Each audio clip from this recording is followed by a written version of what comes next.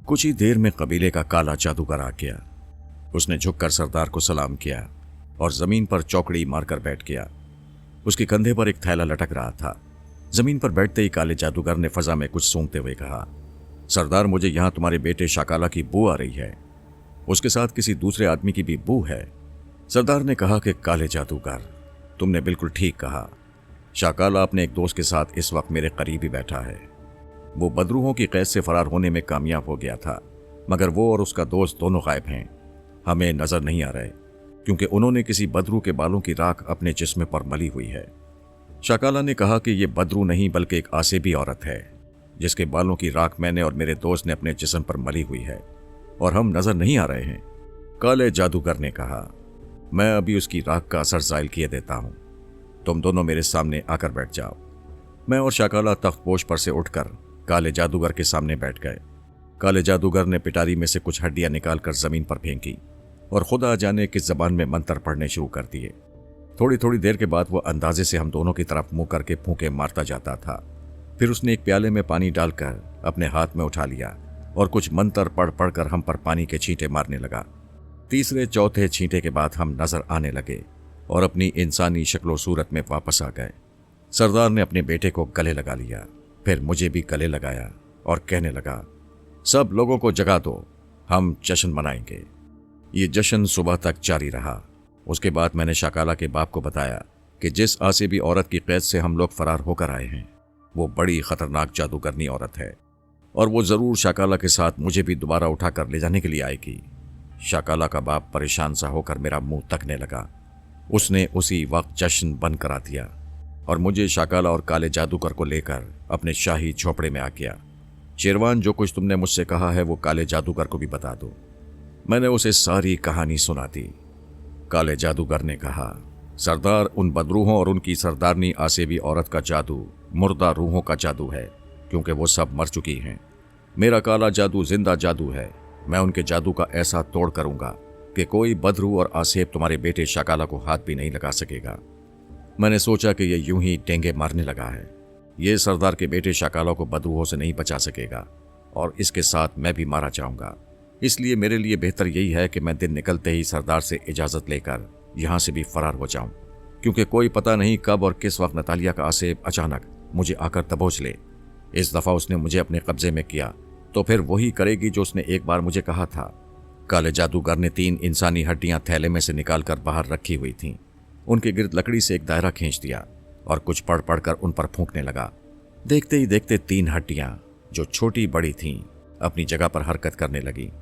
कभी वो आगे जाती, कभी जरा पीछे आ जाती, फिर वो दायरे की शक्ल में एक दूसरे के पीछे चलने लगी। काला जादूगर तेज आवाज में मंत्र पढ़ पढ़कर उन पर फूंके जा रहा था। थोड़ी ही देर बाद तीनों हड्डियां रुक गईं। सरदार, मैंने इन हड्डियों पर सबसे जबरदस्त जादू फूंक दिया है। अब कोई बदरू, कोई बुरे से बुरा आसेब जहां ये हड्डियां होंगी करीब भी नहीं फटक सकेगा। काले जादूगर ने उसके बाद 3 हड्डियां थैले से बाहर निकाली। ये शायद इंसान की छोटी उंगलियों की हड्डियों के मोहरे थे। काले जादूगर ने तीनों हड्डियों में काला धागा पिरो दिया और शाकाला से कहा, शाकाला, मेरे पास आओ। मैं भी उसके पास जाकर बैठ गया। जादूगर ने दूसरी हड्डी में काला धागा पिरोकर उसे मेरे बाजू के साथ बांध दिया। फिर उसने तीसरी हड्डी में धागा पिरोया और उठकर सरदार के पास जाकर कहने लगा, सरदार, ये हड्डी मैं तुम्हारे बाजू के साथ बांधना चाहता हूं। इसकी वजह से तुम भी बदरूहों और आसेब के हमले से महफूज हो जाओगे। मैंने कुछ ताज्जुब के साथ काले जादूगर को देखा। ये किस किस्म का तजुर्बा कर रहा है? मुझे तो जादूगर की बात का यकीन नहीं आ रहा था। काले जादूगर ने मुझे, शाकाला और उसके बाप को झोपड़े में एक तरफ बिठा दिया और खुद कोने में बैठकर मंत्र पढ़ने शुरू कर दिए। काले जादूगर ने मुझे और शाकाला से भी यही कहा था कि डरना बिल्कुल नहीं और खामोशी से बैठे रहना। उसके बाद काले जादूगर ने दोबारा मंत्र पढ़ पढ़कर फूंकने शुरू कर दिए। उस वक्त रात का पिछला पहर था। बाहर जंगल में सुकून छाया हुआ था। मैं सरदार और शाकाला के साथ तख्त पर चौकड़ी मारकर बैठा जादूगर को मंत्र पढ़ते देख रहा था। इतने में जंगल की जानिब से एक चीख की आवाज बुलंद हुई। काले जादूगर ने कहा, होशियार, बदरू आ रही है, लेकिन घबराना बिल्कुल नहीं है। तुम खुद देख लोगे कि बदरू तुम में से किसी को हाथ भी नहीं लगा सकेगी और उसका सारा जादू बेअसर हो जाएगा। मैं दिल में डर रहा था कि इस काले जादूगर पर भरोसा नहीं किया जा सकता। मेरे पास तो शीश नागन की मोहरे वाली अंगूठी भी नहीं है। इन लोगों के साथ कहीं मैं भी ना मारा जाऊं। लेकिन अब मैं वहां से भाग नहीं सकता था, क्योंकि बदरू बाहर जंगल में आ चुकी थी और वो मुझे रास्ते में ही दबोच सकती थी। काला जादूगर झोपड़ी के कोने में बैठा था। अब वो मंत्र नहीं पड़ रहा था। इतने में झोपड़े के अंदर बदरू की भयानक चीख की आवाज बुलंद हुई। इसके साथ ही झोपड़ी में तेज आंधी चलने लगी। झोपड़े की दीवारें आंधी के जोर से लरस रही थीं, लेकिन ना हम तीनों को आंधी की हवा छू रही थी, ना काले जादूगर और हबशी गुलाम पर आंधी का असर हो रहा था। फिर झोपड़े में पत्थर गिरना शुरू हो गए। पत्थर छोटे भी थे और बड़े भी थे, लेकिन हम पर कोई भी पत्थर असर नहीं कर रहा था। कुछ देर तक पत्थरों की यह बारिश जारी रही, फिर यह बारिश भी रुक गई। अब बदरू ने डरावनी आवाजें निकालना शुरू कर दी थी। वो शायद हमें डराना चाहती थी। ऐन उस वक्त काले जादूगर ने चिल्लाकर सरदार से कहा, सरदार बोलो। सरदार गरजदार आवाज में बोला, ए बदरू चुड़ैल, दफा हो जा, नहीं तो मैं तुम्हें अभी भस्म कर दूंगा। उसके बाद फिर सन्नाटा छा गया। मास्टर, तुमने हमें बदरूहों से तो बचा लिया है, लेकिन मैं और शाकाला एक और आसेब के कैदी भी थे। वो एक औरत का आसेब है, और ये तुम भी जानते हो कि आसेब बदरू से ज्यादा ताकतवर होता है। अगर आसेब ने हम पर हमला कर दिया तो तुम्हारा हड्डी का तावीज हमारी हिफाजत कर सकेगा। शेरवान, मैंने हड्डी पर जो मंत्र पढ़कर फूंका है, उसके आगे खतरनाक से खतरनाक आसेब कोई हकीकत नहीं रखता। आसेब तो मामूली चीज है, उसका बाप भी तुम्हारे करीब आने की जुर्रत नहीं करेगा। मैंने सरदार से कहा कि मैं पाकिस्तान जाना चाहता हूँ। सरदार ने कहा, मेरे एक दोस्त का अपना बहरी जहाज है, वो माल लेकर मुल्क मुल्क की बंदरगाहों पर जाता है। इत्तेफाक से इन दिनों हमारे मुल्क की बंदरगाह के करीब ही उसका जहाज लंगर अंदाज हुआ है। मैं उससे मिलकर सारी बात तय कर लूंगा। वो तुम्हें अपने साथ ले जाएगा और उस मुल्क में पहुंचा देगा जहां तुम जाना चाहते हो। मैंने सरदार का शुक्रिया अदा करते हुए कहा, आपका दोस्त अपना जहाज लेकर कब यहां से रवाना होगा? उसे 3-4 दिन लग जाएंगे, लेकिन मैं चाहता हूं कि तुम कल सुबह ही मेरे साथ चले चलो।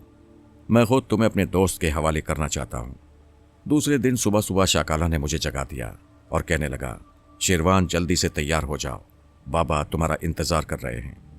एक घोड़े पर सरदार, दूसरे पर मैं और तीसरे घोड़े पर सरदार का बॉडीगार्ड बैठ गया और घोड़े जंगल में अपने सफर पर चल पड़े। दोपहर तक हम मुख्तलिफ जंगली रास्तों पर सफर करते रहे। दोपहर के बाद हम एक कस्बे में पहुंचे जो काफी बड़ा था और चंद एक मॉडर्न तर्ज की इमारतें भी नजर आ रही थीं। सरदार ने कहा कि यहां से आगे हमें रेलगाड़ी में सफर करना होगा। कबीले का स्टेशन ज्यादा बड़ा नहीं था।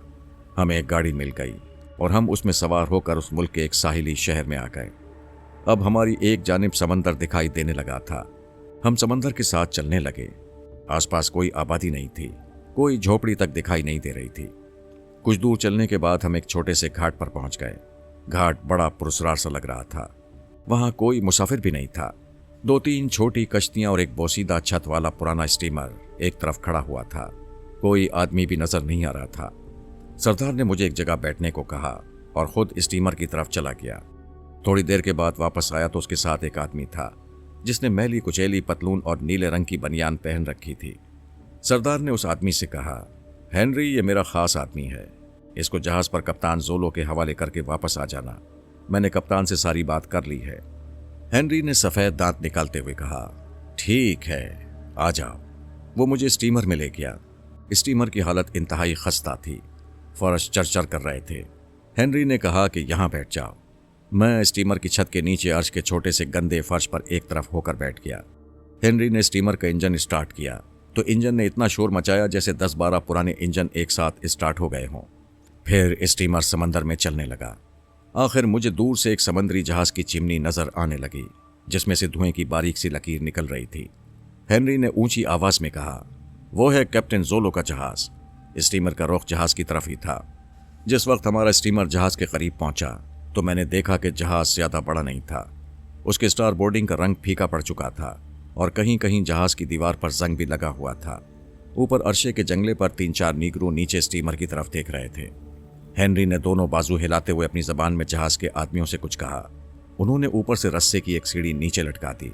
हेनरी ने स्टीमर को सीढ़ी के साथ बांधा और मुझे साथ लेकर रस्से की सीढ़ी पर चढ़ना शुरू कर दिया। हम जहाज के अर्शे यानी डेक पर पहुंच गए। फिर हेनरी ने मेरी तरफ देखकर कहा, कैप्टन जोलो तुम्हारा इंतजार कर रहा है। मैं जहाज की तंग राहदारी में आ गया जहां दोनों जानिब छोटे छोटे केबिन थे जिनके दरवाजे बंद थे। एक केबिन का दरवाजा खुला था। वहां जहाज का कैप्टन जोलो मेरा इंतजार कर रहा था। पहली नजर में ही वो मुझे एक बहरी डाकू लगा। उसकी कमर में गोलियों की बेल्ट बंधी हुई थी और पिस्तौल लटक रहा था। वो दोनों टांगे मेज पर रखे पुराने सोफे में धंस कर बैठा हुआ था। बिल्कुल सियाफाम था। कानों में गोल्डन रिंग पड़े हुए थे। एक हाथ में खंजर था जिससे वो सेब छील रहा था। सर पर सुर्ख रुमाल बंधा हुआ था। एक नीग्रू औरत उसके पास बैठी उसके मग में शायद कॉफी बना रही थी। ये था कैप्टन जोलो, मुझे जिसके सुपुर्द कर दिया गया था। मैंने कैप्टन से कहा, अगर आप मुझे पाकिस्तान के साहिल के करीब कहीं उतार दें तो मेरे लिए बड़ी आसानी होगी। इंडिया के साहिल पर उतरा तो साहिली गार्ड्स मुझे गिरफ्तार कर लेंगे। मेरे पास कोई पासपोर्ट नहीं है। जोलो कहका लगाकर हंसने लगा। तुम ना इंडिया जाओ ना पाकिस्तान जाओ, तुम हमारे साथ शामिल हो जाओ। यहाँ ऐश करो, मुल्क की सैर करो। ये बताओ, कभी तुमने किसी को कत्ल किया है? मेरा मतलब है पिस्तौल की गोली या खंजर से हलाक किया है। मैं समझ गया था कि मैं बहरी डाकुओं के जहाज में आ गया हूँ, जहाँ से अब मेरी किस्मत अच्छी होगी तो जान बचाकर भाग सकूंगा। मैंने कहा, नहीं कैप्टन, मैंने कभी किसी को कत्ल नहीं किया। दूसरे दिन सुबह सुबह जहाज ने लंगर उठाया। अब मेरे फरार के तमाम रास्ते मजबूत हो गए थे। खुदा जाने ये जहाज किस मुल्क की तरफ जाएगा, कहाँ जाकर लंगर डालेगा। जहाज को समंदर में सफर करते हुए एक दिन गुजर गया तो मुझे कप्तान जोलो के हुक्म से केबिन से निकालकर जहाज के अर्शे धोने, किचन के बर्तन साफ करने वगैरह के कामों पर लगा दिया गया। उस वक्त मुझे रोनी का बार बार ख्याल आ रहा था। अगर वो मेरे साथ होती तो सवाल ही पैदा नहीं होता था कि ये बहरी डाकू मुझे कैद करते। लेकिन रोनी मुझसे जुदा हो चुकी थी। वो मेरी हमदर्द थी। मुझे उसका ख्याल आने लगा, खुदा जाने वो कहाँ होगी, किस हाल में होगी और उस पर क्या गुजर रही होगी। उन बहरी डाकुओं ने मुझे अपना गुलाम बना लिया था। मुझसे सुबह से रात तक काम कराते, खाने को जो बचा खुचा होता दे देते। मैं सख्त अजाब में फंस गया था। इसी तरह मुझे इस मुसीबत में फंसे 2 महीने गुजर गए। मुझे ये भी मालूम था कि नतालिया का आसिफ गाफिल नहीं होगा। खुद नहीं तो उसने किसी न किसी बदरू को मेरे पीछे लगा दिया होगा। जैसे ही मैं 1 सेकंड के लिए किसी वक्त तावीज़ अपने बाजू से उतारूं और वो मुझे वहीं दबोच ले। आखिर एक दिन वो मौका भी आ गया। पता नहीं ये कौन सा मुल्क था। हमारे जहाज ने उसकी समंदरी हुदूद के बाहर खुले समंदर में लंगर डाल दिया। उस वक्त सूरज गुरूब हो चुका था और समंदर पर अंधेरा छाया हुआ था। मैं उस वक्त किचन की सफाई कर रहा था। काम खत्म करने के बाद मैं नीचे सोने के लिए अपने केबिन में आ गया, जहां आलूओं की बोरियों के पास मैंने सोने के लिए एक दरी बिछाई हुई थी। मैं वहीं रात को सो जाता था। फिर मुझे रात को ख्याल आया कि अब देखना चाहिए कि बाहर क्या हो रहा है। मैं जीना चढ़कर ऊपर जहाज के अर्शे पर आ गया। ये जहाज का अकबी हिस्सा था। इस तरफ कोई भी नहीं सो रहा था। यहाँ एक सीढ़ी भी लटकी हुई नजर आई। मैं जंगले से निकलकर नीचे लटकी हुई रस्सी की सीढ़ी को पकड़कर नीचे उतरने लगा। नीचे एक कश्ती समंदर की लहरों पर डोल रही थी। मैं उसमें उतर गया। उतरने के फौरन बाद मैंने कश्ती की रस्सी खोल दी, चप्पू संभाला और तेजी से कश्ती को जहाज से दूर ले जाने लगा। ये सारी चीजें मुझे पता नहीं क्यों अजीब सी लग रही थीं। ये कश्ती जहाज के इस तरफ कैसे आ गई थी? मैं इसी सोच में गर्क था। फिर मैं अपने सफर की तरफ रवाना हो गया। मैंने रात के वक्त जोलो के साथियों को जहाज से जाते वक्त देख लिया था। मैं इस मनहूस जहाज से जितनी दूर निकल सकता था निकल जाना चाहता था। मैंने ये भी नहीं देखा कि कश्ती में जो एक थैला पड़ा है उसमें क्या कुछ रखा हुआ है। कश्ती बड़ी हल्की और छोटी थी और बड़ी तेजी से साहिल की तरफ बढ़ रही थी। आखिर कुदरत ने मेरी मुश्किल आसान कर दी और मुझे दूर उफक पर एक रोशनी का नुक्ता टिमटिमाता हुआ दिखाई दिया। ये साहिल की रोशनी थी। उसे देखकर मेरे जिस्म में एक नई तवानाई आ गई और मैं पहले से ज्यादा तेजी के साथ कश्ती चलाने लगा। कुदरत मेरी मदद कर रही थी। अभी तक किसी गश्ती पार्टी के स्टीमर की ना तो आवाज सुनाई दी थी और ना ही उसकी रोशनी नजर आई थी। मैंने कश्ती का रुख उस तरफ कर दिया जिस तरफ साहिल पर रोशनी का सिर्फ एक ही नुक्ता झिलमिला रहा था। यह लाइट हाउस की रोशनी नहीं थी, क्योंकि लाइट हाउस की रोशनी बहुत तेज होती है। कुछ देर के बाद मुझे अपने सामने सियाह धब्बे दिखाई देने लगे। ये साहिल के दरख्त ही हो सकते थे। आहिस्ता आहिस्ता उन सियाह धब्बों ने एक दीवार सी बना दी। मैं दूर ही से उस दीवार को बाएं जानिब छोड़कर जुनूब की तरफ कश्ती ले आया, जहां मुझे नीम दायरे में दरख्तों की कतार दिखाई दे रही थी। रात तारीक थी। समंदर की तरफ से हवा चल रही थी। मैं कश्ती को दरख्तों के नीम दायरे के अंदर ले गया। ये समंदर की कोई खाड़ी थी। समंदर साहिल को काटकर यहाँ दाखिल हो गया था और उसने वहाँ एक झील सी बनाई हुई थी। मैंने कश्ती खाड़ी में ले जाकर एक तरफ सरकंडों के पीछे लगा दी। फिर कश्ती से उतर आया। खाड़ी का पानी मेरे घुटनों तक आता था। मैं कश्ती को खींचते हुए साहिल पर ले गया और उसे एक जगह सरकंडों के साथ बांधा और फिर कश्ती में बैठकर गौर से इर्द गिर्द का जायजा लेने लगा। उसके बाद मैंने थैला खोलकर उसमें हाथ डाला। मेरा हाथ एक टॉर्च से टकराया। मैंने टॉर्च को बाहर निकाल लिया। ये छोटे साइज की टॉर्च थी। मैंने उसका मुंह थैले की तरफ करके टॉर्च का बटन दबाया और उसकी रोशनी में थैले की चीजों को देखने लगा। मैंने उसे खोला तो उसमें करेंसी नोट भी थे। मैंने टॉर्च डाली तो वो इंडिया की करेंसी थी। 50-50 और 10-10 के नोट थे। कुल 2500 रुपए थे। मुझे बड़ी हैरत थी कि ये सब सामान कहां से आ गया और ये कश्ती जहाज के नीचे कैसे खड़ी हुई थी। लगता था कि कुदरत मेरी मदद कर रही है। मैंने उसी वक्त जहाज की वर्दी उतारकर पैंट और बुशर्ट पहन ली और खंजर पतलून की जेब में रख लिया। अब ये आगे जाकर पता चल सकता था कि मैं इंडिया के कौन से इलाके में हूं, क्योंकि इंडिया के तीनों जानिब समंदर है। जिस तरफ रोशनियां ज्यादा नहीं थी, मैंने उस तरफ चलना शुरू कर दिया। करेंसी नोट मैंने पतलून की अंदरूनी जेब में संभाल कर रख लिए थे। इनकी मुझे आगे चलकर कदम कदम पर जरूरत पड़ती। रात ढलने लगी थी। कुछ देर के बाद आसमान पर शहर का उजाला फैलने लगा। आगे नारियल के दरख्तों के नीचे कुछ झोपड़ियां थीं। एक औरत सिल पर चावल पीस रही थी। मैंने उसके पास जाकर प्रणाम किया और उस इलाके की हिंदी जबान में पूछा कि वहां से शहर को सीधा रास्ता कौन सा जाता है। उसने हिंदी में ही अपने पीछे इशारा करके कहा, इधर को आगे पाल घाट पहुंच जाओगे। मैं समझ गया कि मैं भारत के सूबा केरला के साहिल पर हूं। मैं केरला के मशहूर साहिली शहर पाल घाट में आ गया। उस जमाने में यह शहर ज्यादा वसी और मॉडर्न नहीं था। मैं 5 रुपए देकर एक बैल में सवार होकर पाल घाट के रेलवे स्टेशन पर आ गया। मालूम हुआ कि केरल एक्सप्रेस 2 घंटे बाद बंबई रवाना होगी। मैंने वहीं स्टेशन पर थोड़ा सा नाश्ता किया और ट्रेन के इंतजार में बैठ गया। ट्रेन का नाम तो केरल एक्सप्रेस था, मगर वो हर स्टेशन पर खड़ी हो जाती थी। सूरज गुरूब हो रहा था जब वो मैंगलोर पहुंची। रात के वक्त हवेली का स्टेशन आया। मैं बर्थ पर चढ़कर सो गया। मैं रात भर सोता रहा। अब बंबई ज्यादा दूर नहीं था। 1 दिन और 1 रात के सफर के बाद मैं बंबई पहुंच गया। मुझे ऐसा लग रहा था जैसे मुझे नई जिंदगी मिल गई हो। नतालिया के आसेब और उनकी बदरूहों में से किसी ने अभी तक मुझ पर हमला करने की कोशिश नहीं की थी। काले जादूगर की दी हुई इंसानी हड्डी उसी तरह मेरे बाजू के साथ बंधी हुई थी। बंबई के स्टेशन से मैंने टैक्सी पकड़ी और अपने दोस्त के गैराज में आ गया। जमशेद मुझे देखकर बस देखता ही रह गया। फिरोज, खुदा के लिए मुझे एक ही बार बता दो कि तुम किन चक्रों में फंसे हुए हो। अचानक गायब हो जाते हो और फिर अचानक किसी तरफ से नमूदार हो जाते हो। आखिर ये सब कुछ क्या है? जमशेद, वक्त आने पर मैं सब कुछ बता दूंगा। इस वक्त मैं आराम करना चाहता हूँ। ठीक है, ऊपर चले जाओ। मेरा बेडरूम खाली पड़ा है। क्या तुम नाश्ता नहीं करोगे? नाश्ता मैंने कर लिया है। फिर मैंने जमशेद से कहा, मुझे 1-2 दिन के लिए जयपुर जाना होगा। जयपुर किस लिए जा रहे हो? जमशेद ने पूछा। ये मैं तुम्हें बाद में बताऊंगा। मैं सिर्फ 2 दिन बंबई ठहरा। तीसरे दिन मैं जयपुर की तरफ रवाना हो गया। जयपुर में शाम के वक्त पहुंचा। एक होटल में बैठकर खाना खाया और रात गहरी होने का इंतजार करने लगा। जब रात के 11 बज गए तो मैं वीरान महल की तरफ चल पड़ा। महल के खुफिया रास्ते से अंदर दाखिल हो गया और उस तहखाने में आकर दुर्गा की बदरू की आमद का इंतजार करने लगा। आधी रात के बाद तूफानी हवाओं और डरावनी आवाज के साथ दुर्गा की रूह नमूदार हुई। मुझे देखकर कहने लगी, शेरवान, तुम बड़ी अच्छी किस्मत लेकर पैदा हुए हो, वरना इस बार तुम नतालिया की कैद से आज़ाद नहीं हो सकते थे। हाँ, ये तो तुमने बिल्कुल ठीक कहा। अगर किस्मत मेरा साथ ना देती तो इस बार मेरा फरार होना इतना आसान नहीं था। लेकिन खुदा के लिए यह बताओ कि रोनी कहाँ है और मैं उससे कहाँ मिल सकता हूँ, क्योंकि उससे मिले बगैर मैं इस मनहूस चक्कर से बाहर नहीं निकल सकता।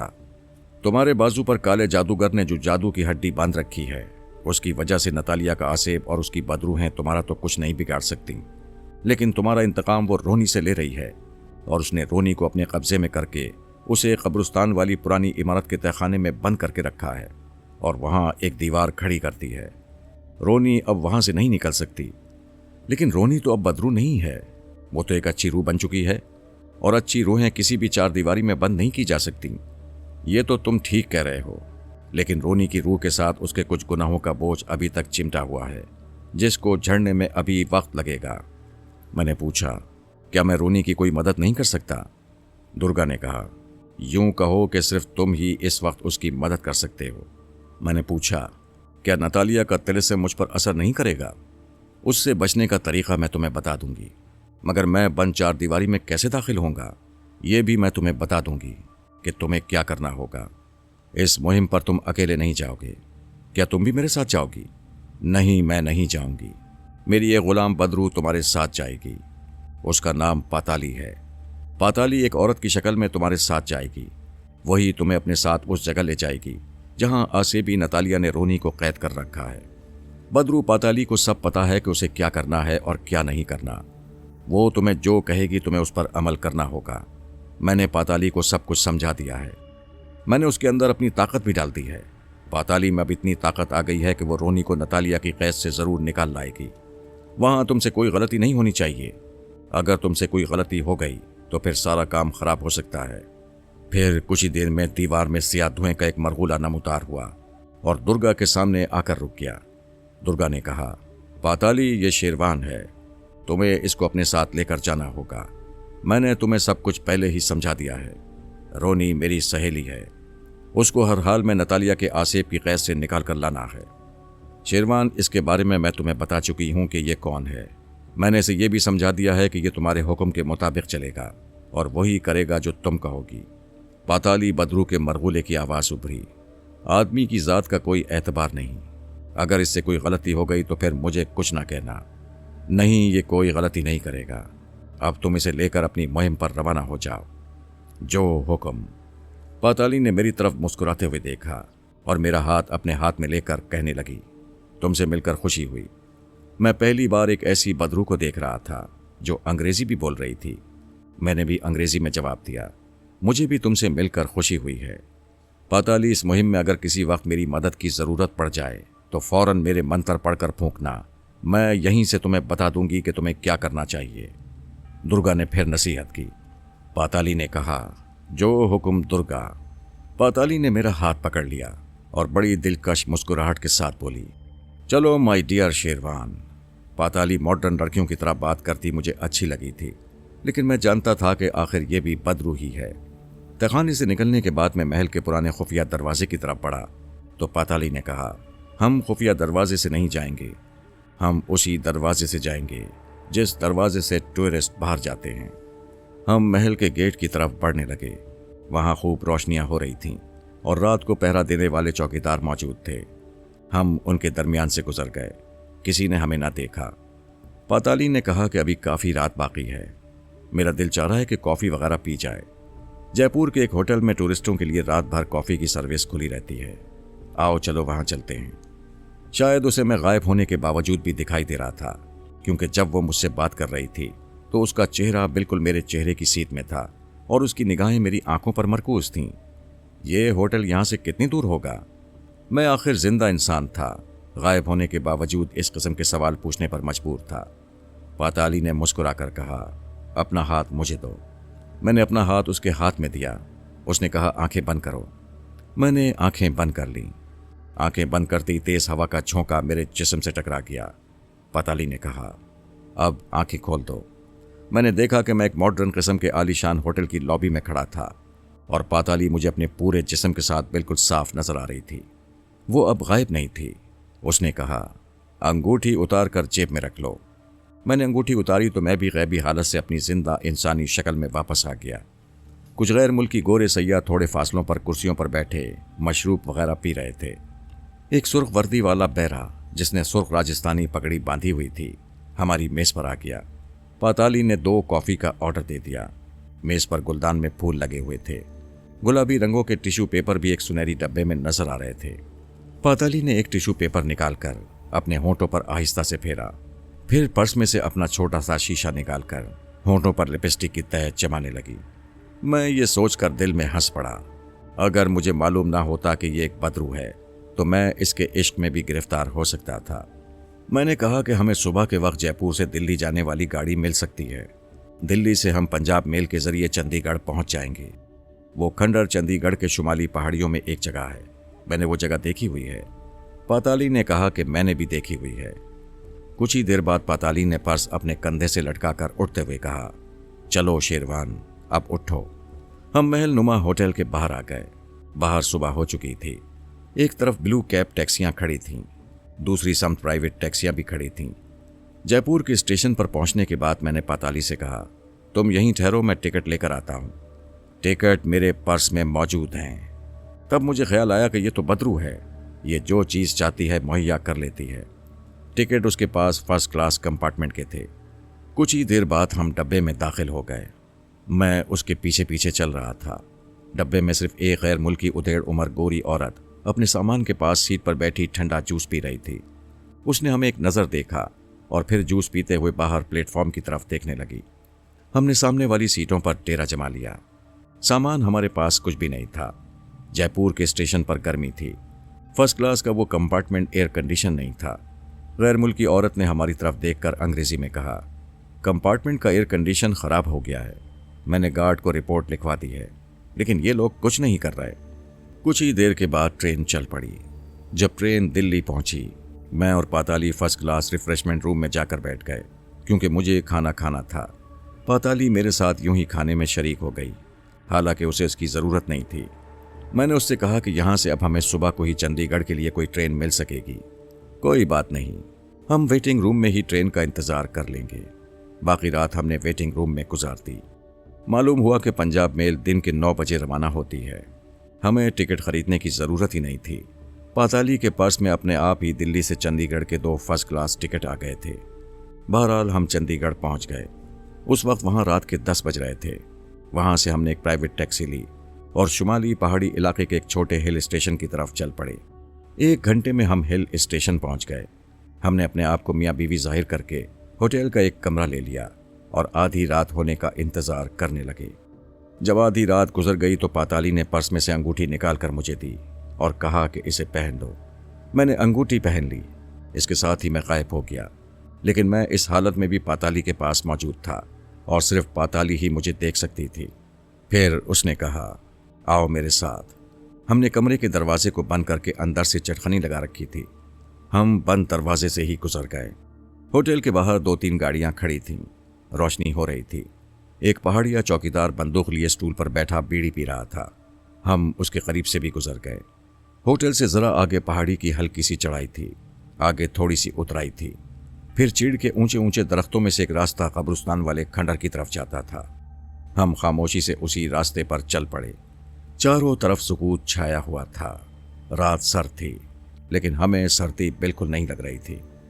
पाताली सही रास्ते पर जा रही थी।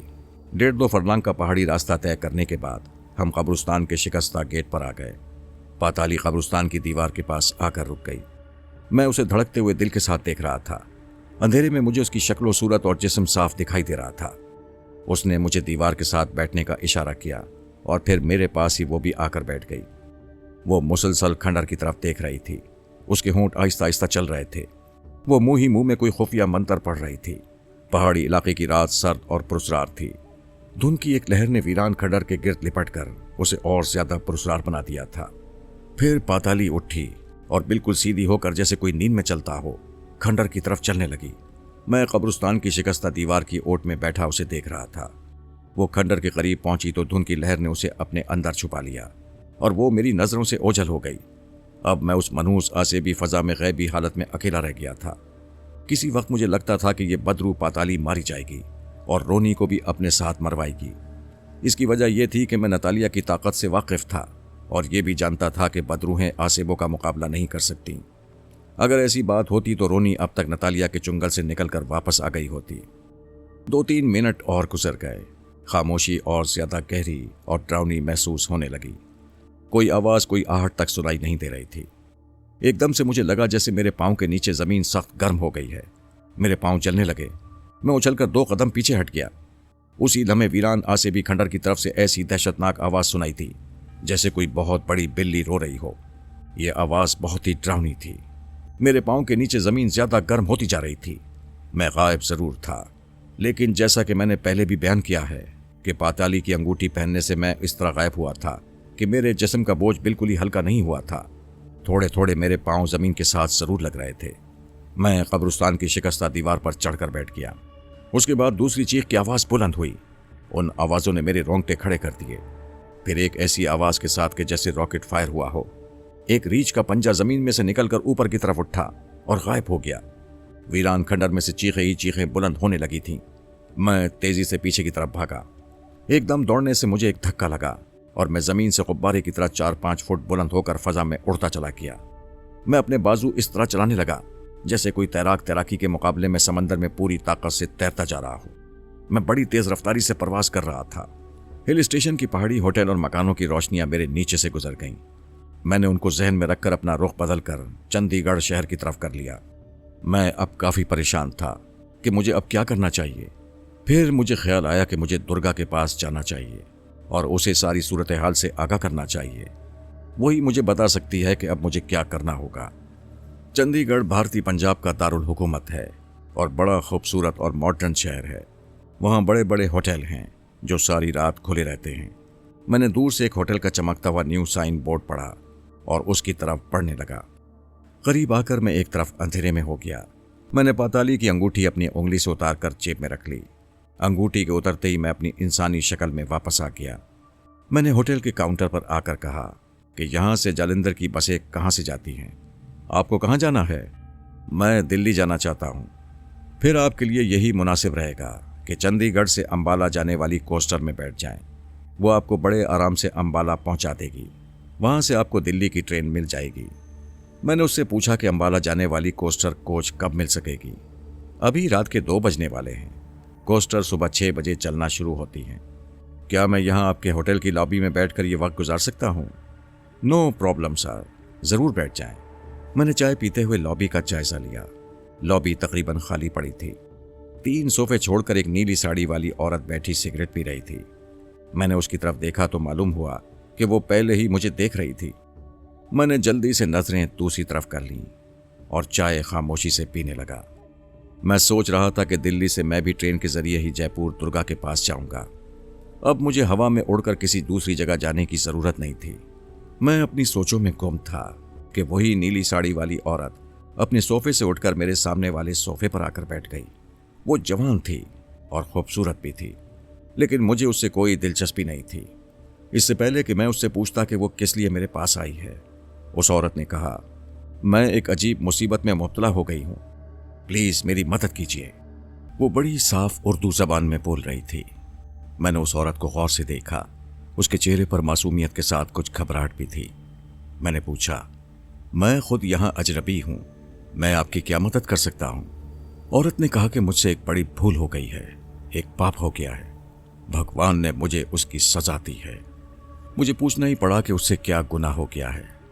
उस औरत ने आंखों में आंसू भरकर कहा, मेरा नाम एंजली है। मैं दिल्ली में अपने खाविन के साथ रहती थी कि एक आदमी से मुझे मोहब्बत हो गई। वो भी मुझसे बड़ा प्रेम करने लगा। उसने कहा कि चलो दिल्ली से भागकर चंडीगढ़ चलते हैं, वहां हम शादी कर लेंगे। मैं उसकी बातों में आ गई और अपने खाविन को छोड़कर अपने प्रेमी के साथ यहाँ चंडीगढ़ भाग आई। वो आदमी बड़ा धोखेबाज निकला। उसने मुझे इस होटल में अपने साथ बीवी जाहिर करके रखा, लेकिन उसने मुझसे शादी ना की। मैं अपने साथ जो जेवर और पैसे लाई थी वो जब खत्म हो गए तो वो धोखेबाज मुझे छोड़कर भाग गया। अब मैं यहाँ परेशान हाल बैठी हूँ। मेरे पास होटल का बिल अदा करने के लिए कुछ नहीं है। समझ में नहीं आता कि क्या करूँ। मैंने कहा कि आप टेलीफोन करके अपने खाविन को यहाँ क्यों नहीं बुलवा लेती? उसने कहा कि मैंने अपने खाविन को फ़ोन किया था।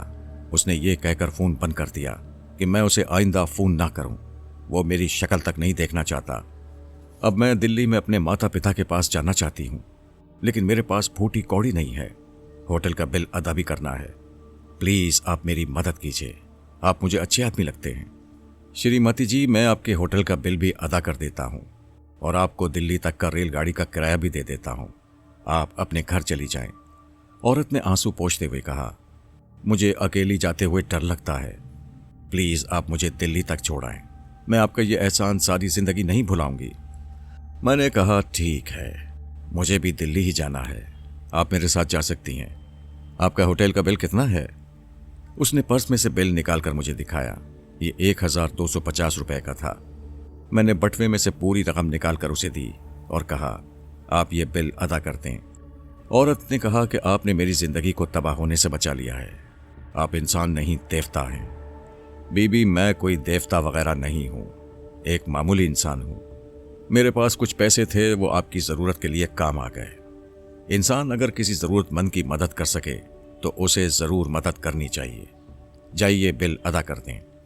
औरत उठकर काउंटर की तरफ चली गई। मैंने सोचा कि बेचारी मजबूर औरत है, एक बदमाश के झांसे में आ गई है।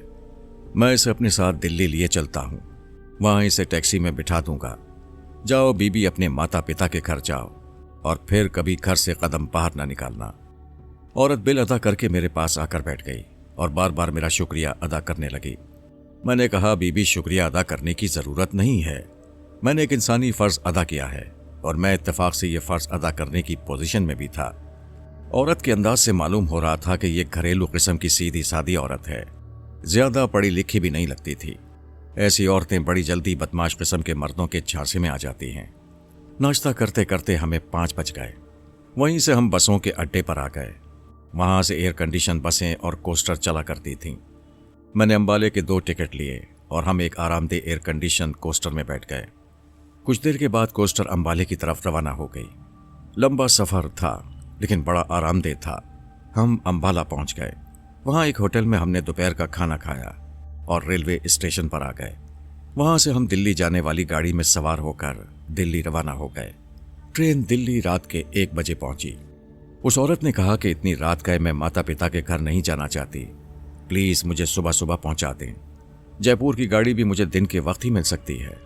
मैंने सोचा कि सुबह उसे इसके घर रवाना करके खुद जयपुर चल दूंगा। ठीक है, सुबह चले जाना, लेकिन इतना वक्त हमें वेटिंग रूम में ही गुजारना पड़ेगा। कोई बात नहीं, हम वेटिंग रूम में ही बैठ जाएंगे। मुझे चाय की जरूरत महसूस हो रही थी। मैं उसे लेकर 2nd क्लास के रिफ्रेशमेंट रूम में आ गया। रात के 1 बजे रिफ्रेशमेंट रूम खाली पड़ा था। मैंने चाय मंगवाई। औरत ने कहा कि मैं आपके लिए चाय बनाऊंगी। उसने बड़े एहतमाम से चाय की खाली प्यालियां अपने सामने रखीं और मुझसे चीनी पूछी। मैंने कहा 1 चम्मच। वो इसी तरह बातें करती रही और साथ साथ मेरी प्याली में चम्मच भी हिलाती गई। मैंने कहा, इतना ना हिलाओ, चाय ठंडी हो जाएगी, क्षमा कीजिएगा, मुझे ख्याल नहीं रहा। ये कहकर उसने प्याली मेरे आगे कर दी, फिर अपनी चाय बनाने लगी। मैंने चाय का एक घूंट पिया। मुझे चाय फीकी लगी, लेकिन मैंने कोई ख्याल ना किया।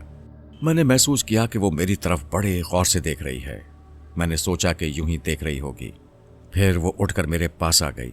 उसने दोनों हाथों से मेरे बाजुओं को थाम लिया। चाय के 3-4 घूंट पीने के बाद मुझे कुछ चक्कर सा आ गया। मैंने प्याली मेज पर रख दी और सर को एक हाथ से दबाने लगा। औरत ने पूछा, क्या हुआ?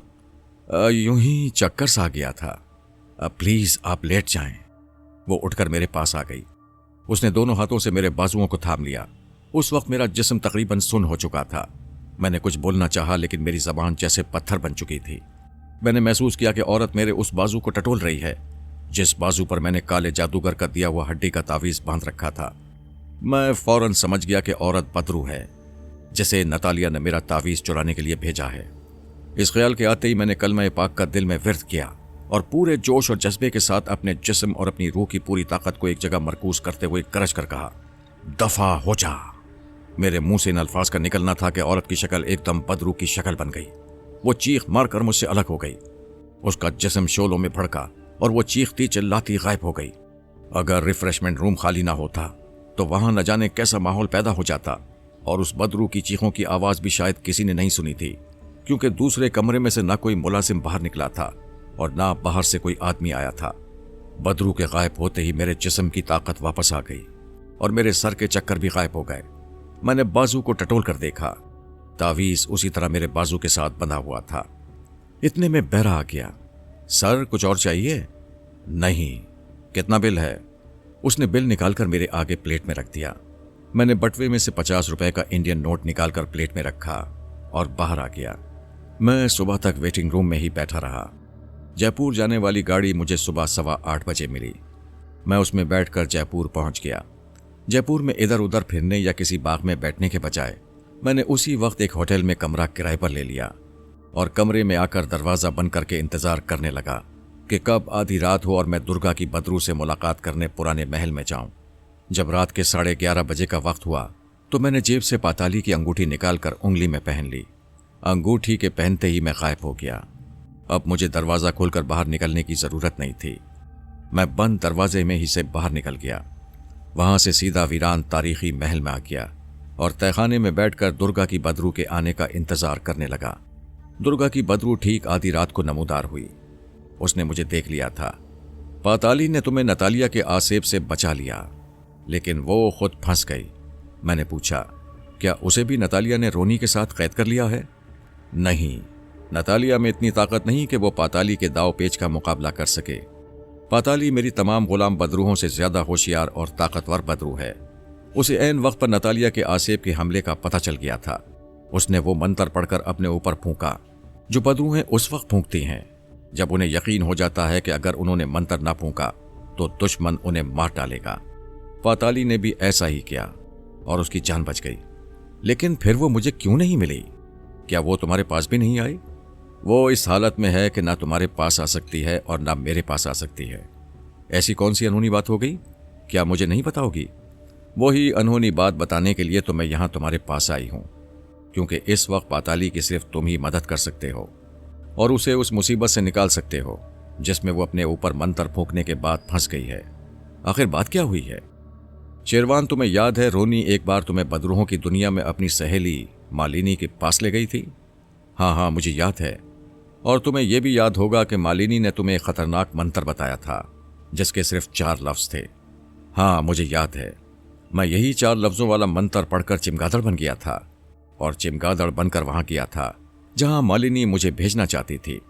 और तुम्हें यह भी जरूर याद होगा कि मालिनी ने तुम्हें कहा था कि ये 4 लफ्जों वाला मंत्र सिर्फ उस वक्त पढ़कर अपने ऊपर फूंकना जब मौत तुम्हारे सामने खड़ी हो और बचने का कोई रास्ता ना हो, क्योंकि ये मंत्र पढ़ने के बाद तुम सिर्फ गायब नहीं होगे बल्कि गायब होते ही किसी भी जानवर की शक्ल इख्तियार कर सकते हो। यह भी हो सकता है कि तुम किसी दूसरे इंसान की शक्ल इख्तियार कर लो। यह भी हो सकता है कि तुम कोई जंगली दरिंदा बन जाओ। उसके बाद ऐसा भी हो सकता है कि तुम्हें मंत्र भूल जाए और तुम्हें सारी जिंदगी जंगली दरिंदा बनकर ही गुजारनी पड़े। लेकिन जब मैं ये मंत्र अपने ऊपर फूंक कर चिमगादड़ बन गया था तो मुझे ये मंत्र याद था और मैं उसे दोबारा अपने ऊपर फूंक कर ही अपनी असली शक्ल में वापस आ गया था। तुम्हें उस हालत में ये मंत्र इस वजह से याद आ गया था कि तुम्हारे पीछे मालिनी का हाथ था जो बदरूहों की सरदारनी है। अगर उसका हाथ तुम्हारे पीछे ना होता तो मुमकिन है कि तुम्हें मंत्र याद ना आता और तुम उस वक्त तक चिमगादड़ ही बने रहते जब तक कि तुम्हें दोबारा मंत्र याद ना आता। मैं कुछ समझ गया था कि दुर्गा मुझे पाताली के बारे में क्या बताने वाली है। क्या पाताली के साथ भी कुछ ऐसा ही वाकया हुआ है? हाँ, अब मैं तुम्हें बताती हूँ कि उसके साथ क्या हुआ है। जब वो तुम्हें कब्रिस्तान की दीवार के पास छोड़कर रोनी को कैद से निकालने वीरान खंडर के तहखाने की बंद दीवार के पास आई तो नतालिया का आसे वहीं घात लगाए उसके इंतजार में था। उसने फौरन ही उस पर हमला कर दिया, लेकिन पाताली बड़ी होशियार थी। उसे 1 सेकंड पहले एहसास हो गया कि उस पर हमला होने वाला है। वो जानती थी कि यह हमला किसी बदरू का नहीं बल्कि खतरनाक आसेब का हमला है जिससे वो अपना बचाव नहीं कर सकेगी। चुनाचे उसने फौरन 4 लफ्जी मंत्र पढ़कर फूंका और फिर मैंने बेचैन होकर पूछा, फिर क्या हुआ? 4 लफ्जों वाला खतरनाक मंत्र पढ़ने के बाद पाताली गायब होकर एक ऐसी औरत के जिस्म में दाखिल हो गई है जिसकी जान हर वक्त खतरे में रहती है। 24 घंटे में जिसके पीछे पुलिस बंदूकें राइफलें लेकर उसे हलाक करने के लिए लगी रहती हैं। इस तरह वो किसी भी वक्त पुलिस की गोलियों से छलनी होकर हलाक हो सकती है या फिर पुलिस उसे पकड़कर फांसी के तख्ते पर पहुंचा सकती है जहां उसके गले में फंदा डालकर उसे 1 सेकंड में हलाक किया जा सकता है। चुनाचे अब नतालिया के आसेब ने पाताली का पीछा करना छोड़ दिया है क्योंकि वो जान गई है कि पाताली अपने आप मौत के मुंह में चली गई है जहां किसी भी वक्त मौत उसे निगल जाएगी। अगर पाताली को मारना ही था तो क्या नतालिया का आसेब खुद उसे नहीं मार सकता था? नतालिया के आसेब ने पाताली को हलाक करने के लिए ही उस पर हमला किया था, लेकिन जब पाताली बदरूहों की सरदारनी मालिनी का 4 लफ्जी मंत्र पढ़कर गायब हो गई तो वो नतालिया के आसेब के हाथ से निकल गई थी। लेकिन ये देखकर नतालिया के आसेब ने पाताली को खुद हलाक करने का ख्याल छोड़ दिया था कि वो खुद ब खुद एक ऐसी औरत के जिस्म में दाखिल हो गई है जिसको किसी भी वक्त पुलिस की गोलियों से छलनी कर सकती है या फांसी का फंदा उसकी गर्दन में डाल सकती है। तुमने मुझे तजस्सुस में डाल दिया है। आखिर ये औरत है कौन जिसके जिस्म में पाताली की बदरू दाखिल हो गई है? उसका नाम क्या है? उसका नाम खंजरी है। खंजरी भारत की सबसे खूंखार डाकू है। लोग उसका नाम सुनकर डर जाते हैं। इस वक्त तक वो सैकड़ों इंसानों का खून कर चुकी है। उसकी राइफल जिस बदनसीब की तरफ उठ जाए गोली उसका सीना फाड़ डालती है। खंजरी डाकू का नाम मैंने भी सुना हुआ था और उसकी कुछ खूनी वारदातों का हाल भी सुन रखा था। मैंने कहा, अगर पाताली उस खंजरी डाकू के जिस्म में दाखिल हो गई है तो ये डाकू औरत तो बदरू बनकर बदरूओं की दुनिया में चली गई होगी। नहीं, ऐसा नहीं हुआ। पाताली बदरू के उसके जिस्म में दाखिल होने के बाद खंजरी पहले से ज्यादा खूंखार हो गई है। क्या उसे इल्म नहीं है कि उसके जिस्म में किसी औरत की बदबू दाखिल हो गई है? नहीं, खंजरी को इसका एहसास तक नहीं है। वो यही समझ रही है कि वो पहले जैसी डाकू खंजरी है और देवताओं ने उसकी ताकत में इजाफा कर दिया है। लेकिन मैं इस सिलसिले में पाताली की क्या मदद कर सकता हूँ? तुम उसके डाकुओं के गुरों में शामिल हो जाओ और फिर उसके जिस्म में खास तरीके से मालिनी का खतरनाक 4 लफ्जी मंत्र दाखिल करने की कोशिश करो, ताकि पाताली को जो खंजरी के जिस्म में है मंत्र याद आ जाए और वो उसे दोबारा पढ़कर अपनी असली हालत में वापस आ जाए। मैं तुम्हें बताऊंगी कि तुम्हें क्या करना है। पाताली मेरी सबसे चहीती गुलाम पतरू है। मैं उसे इस हालत में अकेला नहीं छोड़ सकती। अगर उस पर मालिनी के मंत्र का असर ना हो चुका होता तो मैं खुद उसे इस मुसीबत से निकाल लेती। लेकिन मालिनी बदरूहों की सरदारनी है। उसके मंत्र का तोड़ मेरे पास भी नहीं है। उसके मंत्र के तोड़ के लिए किसी जिंदा इंसान की मदद लेनी जरूरी है, और जिंदा इंसानों में से तुम ही एक ऐसे इंसान हो जो इत्तेफाक से इस वक्त मेरे पास मौजूद हो और जिस पर मैं पूरा भरोसा कर सकती हूँ। अब सुनो, सबसे पहले तुम खंजरी डाकू का एतमाद हासिल करके उसके गुरों में शामिल होगे। उसके बाद तुम उसे अपना गर्विदा बनाओगे। मैं खुखानी डाकू को अपना गर्विदा कैसे बना सकता हूं? मैंने कहा, इसकी तुम फिक्र ना करो। मैं इस मुहिम में तुम्हारे साथ रहूंगी। जहां जहां तुम्हें मदद की जरूरत होगी तुम्हारी मदद भी करूंगी और तुम्हें क्या करना है ये भी बताती रहूंगी। भारत के सूबा मध्य प्रदेश के घने जंगलों को उस औरत ने अपना मस्कन बनाया हुआ है। वो अपने गुरों के साथ उन्हीं जंगलों में होती है। मैं तुम्हें जंगल के इस हिस्से में पहुंचा दूंगी जहां इन दिनों उस डाकू औरत ने डेरा डाला हुआ है। अब खंजरी डाकू के जंगल में जाने के लिए तैयार हो जाओ। अभी तो रात का अंधेरा है, इस वक्त वो कहां होगी? मैं तुम्हें उस वक्त जंगल में खंजरी डाकू के डेरे के करीब पहुंचाऊंगी जब वो दरख्तों के दरमियान बहने वाली एक नदी में नहा रही होगी। उस वक्त मैं एक शेर को उसकी तरफ भेज दूंगी। ये शेर उस वक्त मेरे जादू के असर में होगा। तुम यूं समझ लो कि मैं शेर के सर पर बैठी होंगी। तुम करीब ही एक झाड़ी में छुपे रहोगे। जैसे ही वो खंजरी नदी से नहाकर बाहर निकलेगी, शेर मेरे जादू के असर से उस पर हमला कर देगा। ऐन उसी वक्त तुम झाड़ी में से निकलकर खंजर से शेर पर हमला कर दोगे। आम हालात में कोई भी इंसान शेर को खंजर से हलाक करने की जुर्रत नहीं कर सकता, लेकिन तुम ऐसा ही करोगे। शेर तुम्हें कुछ नहीं कहेगा। वो उस वक्त मेरे कंट्रोल में होगा। तुम उसकी गर्दन में खंजर पेवस कर दोगे और शेर जख्मी होकर भाग जाएगा। खंजरी डाकू तुम्हारी बहादुरी पर हैरान रह जाएगी। उसके गुरों के आदमी भी राइफलें लेकर आ जाएंगे। उसके बाद जो वो कहे उसके जवाब में तुम्हें क्या कहना होगा वो मैं तुम्हें साथ साथ बताती जाऊंगी, क्योंकि मैं तुम्हारे साथ रहूंगी। अब खंजरी डाकू के जंगल में जाने के लिए तैयार हो जाओ। अभी तो रात का अंधेरा है, इस वक्त वो नदी पर कहां ना रही होगी। मैं तुम्हें अभी उठाकर नहीं ले जा रही।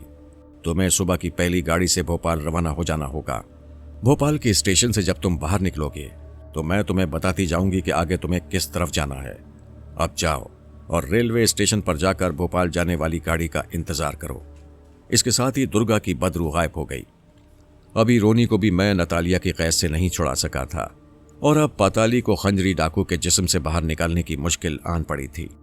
लेकिन यह भी जरूरी था, क्योंकि दुर्गा ने बता दिया था कि सिर्फ पाताली ही एक ऐसी रूह है जो रोनी को नतालिया की कैद से आज़ाद करा सकती है। जयपुर से भोपाल काफ़ी दूर वाक़ है। डब्बे में एक लाला जी भी सवार थे। मैंने उन्हें कह दिया कि भोपाल का स्टेशन आए तो मुझे जगा देना, और खुद आरामदेह सीट पर लेट गया। सारी रात का जागा हुआ था, लेटते ही सो गया। आखिर एक जगह मुझे लाला जी ने जगा दिया। महाराज, भोपाल आ गया है। मैंने स्टेशन पर खाना खाया और इंतज़ार करने लगा कि कब दुर्गा की बदरू आकर मुझे ये बताती है कि मुझे आगे किस तरफ जाना है। मैं आ गई हूँ शेरवान। मुझे यहाँ से किस तरफ जाना होगा? इस स्टेशन से बाहर एक टैक्सी स्टैंड है, वहाँ आकर एक टैक्सी लो और उससे कहो कि धारावाई ले चले। आगे मैं तुम्हें बताती जाऊंगी। मैं टैक्सी में तुम्हारे साथ ही रहूंगी। मैं ड्राइवर के पास गया तो उसने पूछा, कहाँ जाओगे बाबू? धारावाई ले चलोगे? बाबू, वो तो जंगल के किनारे गांव है। क्या तुम शिकारी हो? हाँ भाई, मेरा दोस्त शिकार की पार्टी लेकर गया हुआ है, मैं उसके पास ही जा रहा हूँ। 50 रुपए लूंगा। उस जमाने में 50 रुपए आज के 500 रुपए के बराबर होते थे। मैं तुम्हें 100 रुपया दूंगा, लेकिन मुझे जल्दी पहुंचाना है। ड्राइवर गाड़ी में बैठते हुए बोला, बाबू, बड़ी जल्दी पहुंचा दूंगा, बैठ जाओ। मैं गाड़ी के पिछली सीट पर बैठ गया। दुर्गा ने मेरे कान में सरगोशी की, धारावाई के गांव पहुंचकर मैं तुम्हें एक और खंजर दूंगी। तुम उस खंजर को शेर की गर्दन पर मारोगे। मैंने दिल में कहा, या अल्लाह, इस नई मुश्किल से खैर व आफियत से निकाल देना। मैं अभी यही सोच रहा था कि मेरे कानों में दुर्गा ने सरगोशी की, धारावाई का गांव आने वाला है। जंगल में सड़क के किनारे ये एक छोटा सा गांव था। मैं टैक्सी से उतरकर एक तरफ खड़ा हो गया। दुर्गा ने मेरी कान में कहा, अपनी पैंट की जेब में हाथ डालो, वहां मैंने एक खंजर रख दिया है। मैंने बड़ी एहतियात के साथ जेब में हाथ डाला और खंजर बाहर निकाल लिया। ये एक दरमियाने साइज का खंजर था, जिसका फल बिल्कुल सीधा और दो धारी था। ये तो बड़ा तेज खंजर है दुर्गा, तुम्हें ऐसे ही खंजर की जरूरत थी, इसे संभाल कर रख लो। आगे सड़क में से एक पगडंडी जंगल की तरफ निकलती है, उस पर चल पड़ो। ये तुम्हें वहां पहुंचा देगी जहां मैं तुम्हें ले जाना चाहती हूं। अब आंखें बंद करो, जब तक मैं ना कहूं आंखें ना खोलना। मैंने आंखें बंद कर लीं। मुझे हल्का सा धचका लगा और फिर तेज हवा मेरे जिस्म को छूने लगी। कुछ ही देर बाद दुर्गा की आवाज आई, अब आंखें खोल दो। मैंने आंखें खोलकर देखा कि मैं घने जंगल के गुंजान दरख्तों के नीचे एक नदी के किनारे खड़ा हूं। दुर्गा की आवाज आई, यही वो नदी है जहां थोड़ी देर बाद खंजरी डाकू नहाने के लिए आ रही है। इसी जगह खड़े रहना, मैं तुम्हारे पास ही हूं। जंगल में दिन का वक्त था, लेकिन दरख्त इतने घने थे कि नदी पर दिन की रोशनी बहुत धीमी पड़ रही थी, बल्कि हल्का हल्का अंधेरा सा छाया हुआ था। मैं एक दरख्त की ओट में खामोशी से खड़ा था और जिस तरफ से नदी बहती हुई आ रही थी उस तरफ देख रहा था। कुछ ही देर बाद मुझे नदी के उस किनारे पर जहां मैं खड़ा था एक औरत दरख्तों में से आती नजर आई। मैं हक्का बक्का सा होकर अपनी जगह पर खड़ा रहा। मैंने जंगल में छोटे जानवरों का शिकार जरूर किया था, लेकिन आज तक किसी शेर से पाला नहीं पड़ा था। खंजरी डाकू करीब आती जा रही थी। वो एक तराज कद मजबूत जिस्म की औरत थी। उसने फौजी कमांडो टाइप की बुशर्ट और उसी तर्ज की पतलून पहन रखी थी। एक कंधे से मैगजीन बेल्ट और दूसरे कंधे पर राइफल लटकी हुई थी। सर के बालों का जूड़ा बनाकर पीछे गर्दन पर सिया रुमाल से बांधा हुआ था। रंग सांवला था और उसकी चाल में बड़ी खुद एतमादी और वकार था। मैं उस औरत से वाकई बड़ा मुतासिर हुआ। मैं डर रहा था कि अगर उस खूंखार औरत की मुझ पर नजर पड़ गई तो वो मुझे फौरन गोली मार देगी। ये औरत सैकड़ों इंसानों का खून कर चुकी है। इस वक्त तो दुर्गा भी मेरे पास मौजूद नहीं थी कि मेरी कोई मदद कर सकती। इतने में मेरे कान में दुर्गा की सरगोशी सुनाई दी, शेरवान, मैंने एक शेर पर अपना मंत्र पढ़कर फूंक दिया है, वो इसी तरफ आ रहा है। मैंने खंजर पतलून की पिछली जेब से निकालकर सीधे हाथ में पकड़ लिया। इस दौरान खंजरी डाकू मैगजीन बेल्ट जूते और राइफल नदी के किनारे रखने के बाद कपड़ों समेत नदी में उतर चुकी थी और नदी में बैठकर दोनों हाथों से पानी अपने ऊपर डाल रही थी। जंगल शेर की धाड़ से अब गूंज रहा था। इसके साथ ही मैंने देखा कि एक जर्द रंग का शेर खंजरी डाकू की तरफ दौड़ता हुआ आ रहा था। दुर्गा ने कहा, शेर पर हमला कर दो। मैं खंजर लेकर शेर की तरफ दौड़ पड़ा। इस दौरान खंजरी डाकू नदी में से किनारे की तरफ बड़ी तेजी से बढ़ी। शेर ने मुझे देखा तो मुझ पर हमला कर दिया। मैंने आगे बढ़कर खंजर उसकी गर्दन में पेवस कर दिया। शेर जंगल की तरफ भाग गया। इतने में खंजरी डाकू के बॉडीगार्ड ने 3-4 फायर भी कर दिए और दौड़कर जहां खंजरी नहा रही थी वहां आ गए। मैं उसी तरह नदी के किनारे खड़ा रहा। खंजरी डाकू ने अपनी आंखों से देखा था कि मैंने उसकी जान शेर से बचाई थी। उसके बॉडीगार्ड में से एक ने राइफल मुझ पर तान ली। खंजरी ने बुलंद आवाज में कहा, इसे कुछ ना कहना, इसने मेरी जान बचाई है, पीछे हट जाओ। तुम कौन हो? इधर क्या कर रहे थे? मैं भोपाल में अपने दुश्मन का खून करके भागा हूं। अगर तुम ही खंजरी डकैत हो तो मुझे पनाह दे दो, पुलिस मुझे जिंदा नहीं छोड़ेगी। खंजरी ने स्टेन गन कंधे से लटकाई और अपने एक आदमी से कहा, गोपी, इसे डेरे पर ले जाकर इसकी तलाशी लो और इसे कहीं मत जाने दो। वो लोग मुझे अपने डेरे पर ले गए। ये उनका आरसी डेरा था। जंगल में एक जगह दरख्तों के नीचे उन्होंने डेरा जमाया हुआ था। एक तरफ उनके घोड़े बंधे हुए थे। एक घने दरख्त के नीचे झोंपड़ी थी जिसके बाहर एक डाकू राइफल लिए पहरा दे रहा था। दूसरी जानिब एक और झोंपड़ी थी। मुझे उस झोंपड़ी में बंद करके पहरा लगा दिया गया। मैं झोपड़ी में चुपचाप बैठा था। इतने में मेरे कान में दुर्गा की सरगोशी सुनाई थी, घबराना बिल्कुल नहीं, सब ठीक हो जाएगा। तुम खंजरी के सामने इस ख्वाहिश का इजहार करना कि तुम उसके ग्रोह में शामिल होना चाहते हो। बाहर जो डाकू पहरा दे रहा था, शायद उसने मेरी आवाज सुन ली थी। उसने झोपड़ी में झांक कर मेरी तरफ देखा और पूछा, तुम किससे बातें कर रहे हो? मैं किससे बातें करूंगा, यहां तो मेरे सिवा कोई नहीं है। डाकू ने झोपड़ी का भरपूर जायजा लिया और पीछे हट गया। कोई आधे घंटे बाद मुझे खंजरी डाकू के आगे पेश किया गया। डाकू खंजरी को रानी के लक़ब से पुकारा करते थे। वो झोपड़ी में चारपाई पर बैठी थी, स्टेन गन उसके घुटनों पर रखी हुई थी। वो सिगरेट पी रही थी। ये डाकू औरत वाकई बड़ी दिलकश शख्सियत रखती थी। मुझे एक झोपड़ी में यह कहकर बिठा दिया गया कि तुम अभी यहां से बगैर इजाजत बाहर नहीं निकलोगे। जिस चीज की जरूरत हो बाहर हमारा आदमी मौजूद होगा, उसे बता देना। दुर्गा की सरगोशी सुनाई थी। मैं सब कुछ देख रही हूं, सब कुछ सुन रही हूं। वक्त आने पर सब ठीक हो जाएगा। फिर दुर्गा ने धीमी आवाज में कहा, मुझे सिर्फ आज और कल का दिन दे दो। इसके बाद तुम खुद देख लोगे कि तुम्हारे बारे में खंजरी डाकू का जहन कैसे बदल जाता है। मैं अपनी एक हिमाकत की वजह से इन बदरूहों के जंगल में फंस चुका था। अब चारों नाचार मुझे सब्र करना ही था। झोपड़ी में कैद वो दिन भी गुजर गया। दूसरे दिन दोपहर के वक्त अचानक झोपड़ी के बाहर मुझे शोर सुनाई दिया। डाकू इधर उधर दौड़ रहे थे। मैं समझ गया कि पुलिस आ गई है। मैं उठकर बाहर देखने ही लगा था कि दुर्गा की आवाज आई, तुम्हें बाहर जाने की जरूरत नहीं है, जो कुछ हुआ है मैं तुम्हें बता देती हूं। दुर्गा ने मुझे बताया कि खंजरी डाकू को एक सांप ने डस लिया है और वो मौत और हयात की कशमकश में मुब्तला है। वो मर गई तो पाताली भी उसके साथ ही चिता की आग में जल जाएगी। मैंने कहा, अगर वो मर गई तो पाताली भी उसके साथ ही चिता की आग में जल जाएगी? तुम दूसरों की बात सुनने से पहले ही बोल पड़ते हो। सांप ने मेरे जादू के असर से खंजरी को डसा है और उसने उसके जिस्म में सिर्फ इतना ही जहर दाखिल किया है जिसके असर से वो बेहोशी की हालत में ही रहेगी, लेकिन मरेगी नहीं। मैंने तुम्हारे लिए उस डाकू औरत का एतमाद हासिल करने के लिए एक कारगर मौका फराहम किया है। मैं क्या कर सकता हूं? तुम फौरन खंजरी की झोपड़ी में जाओ और कहो कि मैं खंजरी को ठीक कर दूंगा। लेकिन मैं कैसे ठीक करूंगा? तुम कहां उसे ठीक करोगे? उसे तो मैं ठीक करूंगी। तुम सिर्फ वही करोगे जो मैं तुम्हें बताऊंगी। अब फौरन झोपड़ी से बाहर निकलो। मैं उठकर झोपड़ी से बाहर आ गया। झोपड़ी के बाहर जो डाकू पहरा दिया करता था वो इस वक्त नहीं था। मैंने देखा कि खंजरी डाकू की झोपड़ी के बाहर डाकू सख्त अफरा तफरी की हालत में खड़े थे। एक डाकू अंदर जाता तो दूसरा अंदर से बाहर आता। वहां मुझे गोपी नजर आ गया। मैं दौड़कर उसके पास गया और उससे पूछा, क्या हुआ है? रानी बाई को सांप ने डस लिया है, वो मर रही है। गोपी, मुझे रानी बाई के पास ले चलो, मुझे सांप के कांटे का मंत्र आता है।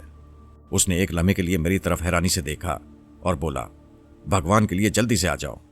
वो मुझे बाजू से पकड़कर झोपड़ी के अंदर ले गया। अंदर नक्शा यह था कि खंजरी डाकू को जरा जरा होश आ चुका था, मगर उसके मुंह से झाग बह रहा था। जिस्म का रंग नीला पड़ गया था। वो चारपाई पर बेहाल पड़ी थी और एक बूढ़ा डाकू उसकी पिंडली पर जहां सांप ने काटा था किसी तेल की मालिश कर रहा था। दो डाकू चारपाई के पीछे सर झुकाए खड़े थे। खंजरी ने नीमवा आंखों से मेरी तरफ देखा। बूढ़े डाकू ने कहा, इसे यहां क्यों ले आए हो गोपी? काका ये कहता है मुझे सांप के कांटे का मंत्र आता है। उसने मेरी तरफ देखा। उसकी आंखों में रहम की इल्तिजा थी। लेकिन ये तो मुसलमान है, मुसलमान मंत्रों को नहीं मानते, फिर इसे नाक के कांटे का मंत्र कहां से मालूम हो गया? काका ये वक्त बातें करने का नहीं, तुम पीछे हट जाओ, इसे अपना काम करने दो। बूढ़ा डाकू एक तरफ हट गया। मैं डाकू औरत खंजरी के चारपाई के करीब स्टूल पर बैठ गया और जो दुर्गा ने मुझे बताया था उस पर अमल शुरू कर दिया। तुम सब लोग पीछे हटकर दीवार के साथ लगकर खड़े हो जाओ। गोपी, दोनों डाकू और बूढ़ा डाकू खामोशी से झोपड़ी की दीवार के साथ लगकर खड़े हो गए। खंजरी को ठंडे पसीने आ रहे थे। मैंने खंजरी की पिंडली पर वहां उंगली रख दी जहां सांप के कांटे का निशान पड़ा हुआ था। मैंने अपने होंठ हिलाने शुरू कर दिए। मैं कोई मंत्र वंतर नहीं पढ़ रहा था। मेरी भला जाने के सांप के कांटे का क्या मंत्र होता होगा। बस दुर्गा की हिदायत के मुताबिक मैं अपने होंठ हिला रहा था। थोड़ी देर होंठ हिलाने के बाद मैंने ऊंची आवाज में कहा, ए मर्गे नाग, जिसने रानी बाई को काटा है, तुम जहां भी हो फौरन हाजिर हो जाओ। खंजरी ने भी अपनी बोझल पलके उठाकर एक दो बार मुझे देखा। मैंने जो कहा था उसने सुन लिया था। मैं दिल में दुआ मांगने लगा कि या खुदा, अब मेरी लाज रख लेना। इस दुर्गा बदरू का मुझे कोई एतबार नहीं। इतने में झोपड़ी के बाहर किसी सांप की फुंकार सुनाई दी। यकीन करें, उस वक्त मेरे दिल ने मुझसे कहा कि फिरोज भाग जा, ये सांप खंजरी का कुछ करे या ना करे, लेकिन तुझे जरूर डस लेगा। काफी खौफनाक सांप था। उसने फन खोल रखा था और बार बार अपनी दो शाखा जबान बाहर निकालकर फुंकारे मार रहा था। खबरदार, अपनी जगह से मत हिलना। दुर्गा ने मेरे कान में सरगोशी की। मैं अपने ऊपर जबर करके अपनी जगह बैठा रहा। सांप करीब आकर चारपाई पर चढ़ गया। सब डाकू हैरतज़दा होकर सांप को देख रहे थे। खंजरी भी नीम बेहोशी की हालत में यह सारा मंजर देख रही थी। सांप चारपाई की पाइती की तरफ से होता हुआ डाकू औरत की पिंडी के पास आकर कुंडली मारकर बैठ गया। दुर्गा की हिदायत के मुताबिक मैंने सांप को हुक्म दिया, मर्गेनाग, जो जहर तुमने रानी बाई के बदन में दाखिल किया है उसे वापस खींच लो। सांप ने अपना मुंह खंजरी की पिंडली पर उस जगह रख दिया जहां उसने खंजरी को काटा था। मुझे खुद अपनी आंखों पर यकीन नहीं आ रहा था कि मैं ये क्या देख रहा हूं। सांप खंजरी के जिस्म में दाखिल किया हुआ जहर चूस रहा था। शायद वो 1 मिनट तक जहर चूसता रहा। जब उसने अपना फन हटाया तो खंजरी ने पूरी आंखें खोल दी थीं। मर्गेनाग, अब यहां से दफा हो जा और आइंदा कभी यहां का रुख ना करना, मैंने सांप से कहा। सांप जिस तरह से आया था चारपाई से उतरकर उसी तरफ चला गया। सांप के जाने के बाद बूढ़ा डाकू और दूसरे डाकू जल्दी से खंजरी के पास आ गए। डाकू औरत का नीला रंग मामूल पर आ रहा था। बूढ़े डाकू ने कहा, रानी बाई, भगवान ने बड़ी कृपा की है। खंजरी ने कोई जवाब ना दिया। उसने मेरी तरफ देखा। उसकी निगाहों में तशक्कुर के तासुरात थे। मैंने भी आगे होकर खंजरी से पूछा, रानी बाई, अब तबीयत कैसी है? ठीक है। फिर उसने आंखें बंद कर लीं। देखते ही देखते खंजरी डाकू का चेहरा बिल्कुल नॉर्मल हालत में वापस आ गया। उसके मुंह का झाग भी खुश्क हो गया। फिर रात भर आराम करने के बाद अगले रोज खंजरी डाकू को बिल्कुल आराम आ गया। इस वाक़े के बाद मैं उस डाकू औरत के बहुत करीब हो गया। तीसरे रोज उन्होंने वहां से डेरा उठाया और जंगल में किसी दूसरी तरफ चल दिए। अब मुझे भी एक स्टेन गन दे दी गई थी और खंजरी मुझे हर वक्त अपने साथ रखती थी। उन डाकुओं ने रास्ते में गांव में टाका डाला। गांव के 2 बड़े साहूकारों को कत्ल करके उनके घर का सारा सोना चांदी लूटा और आगे चल दिए। मैं उनके साथ था, लेकिन मैंने किसी पर गोली नहीं चलाई थी और ना ही कोई माल लूटा था। 2 दिन तक ये लोग जंगल जंगल फिरते रहे। आखिर एक टीले के दामन में उन्होंने डेरा डाल लिया। जिस दिन डाकू नए जंगल में आए उस रात दुर्गा मुझसे हम कलाम हुई। मैंने उससे कहा, तुम इतने दिन कहाँ रही दुर्गा? मैं खास काम से अपनी बदरूहों की दुनिया में गई हुई थी। वहां से सीधी तुम्हारे पास ही आ रही हूं। मैंने खंजरी डाकू का एतमाद तो हासिल कर लिया है और उसने मुझे अपना खास बॉडीगार्ड भी बना लिया है। ये बताओ, अब मुझे उसके जिस्म में 4 लफ्जी खुफिया मंत्र किस तरह और कब दाखिल करना होगा? तुमने देख लिया होगा कि मंगल की शाम को खंजरी डाकू देवी देवताओं की पूजा पाठ करती है और नारियल का पानी पीती है। हाँ, मैंने देखा है। परसों मंगलवार है। शाम को पूजा पाठ करने के बाद वो तुम्हारे हाथ से नारियल का पानी पिएगी, क्योंकि उसे तुमसे अकीदत हो गई है। बस यही मौका होगा जब तुम 4 लफ्जी खुफिया मंत्र उसके जिस्म में दाखिल करोगे। वो कैसे? वो ऐसे कि नारियल का गिलास जब खंजरी तुम्हारे हाथ से पीने लगेगी तो तुम उसकी नज़र बचाकर मुंह ही मुंह में मंत्र पढ़कर नारियल के पानी में फूंक मारोगे। बस उसके बाद जो कुछ करना होगा वो ये 4 लफ्जी मंत्र खंजरी के जिस्म में पहुंचने के बाद अपने आप कर देगा।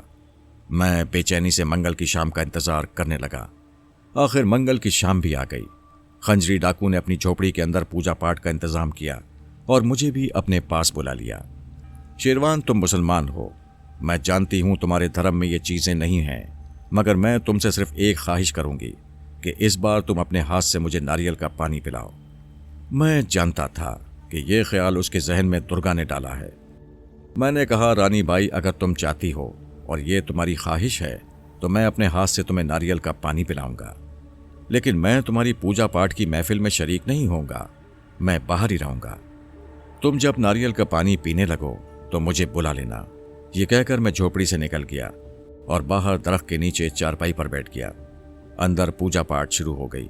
कुछ देर के बाद बूढ़े डाकू ने बाहर आकर मुझसे कहा, रानी बाई तुम्हें बुला रही है। मैं अंदर चला गया। खंजरी डाकू एक चौकी पर बैठी थी। गले में फूलों की माला थी।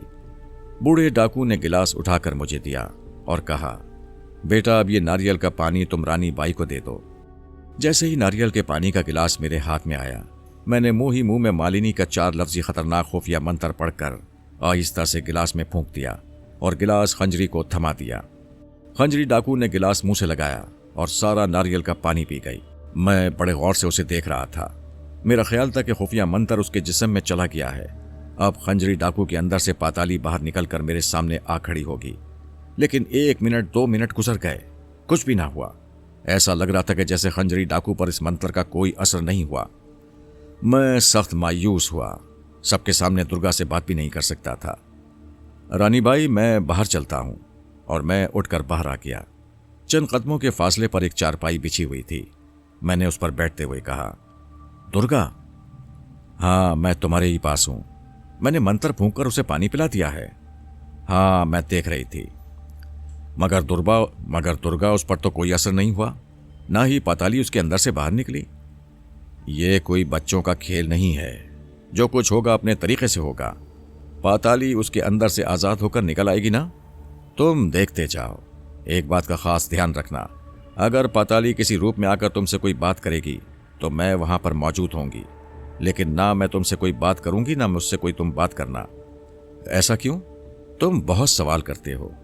तुम हम बदरूहों की दुनिया के उसूल कानून नहीं जानते।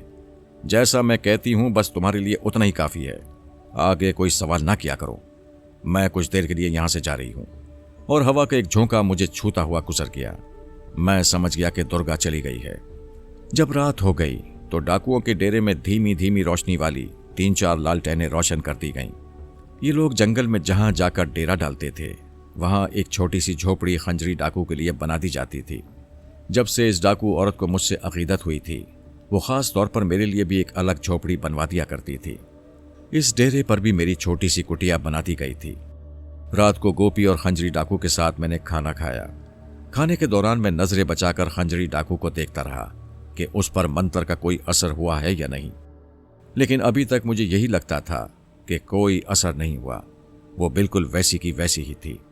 उसके चेहरे पर या उसकी बातों में पाताली की कोई निशानी जाहिर नहीं हुई थी।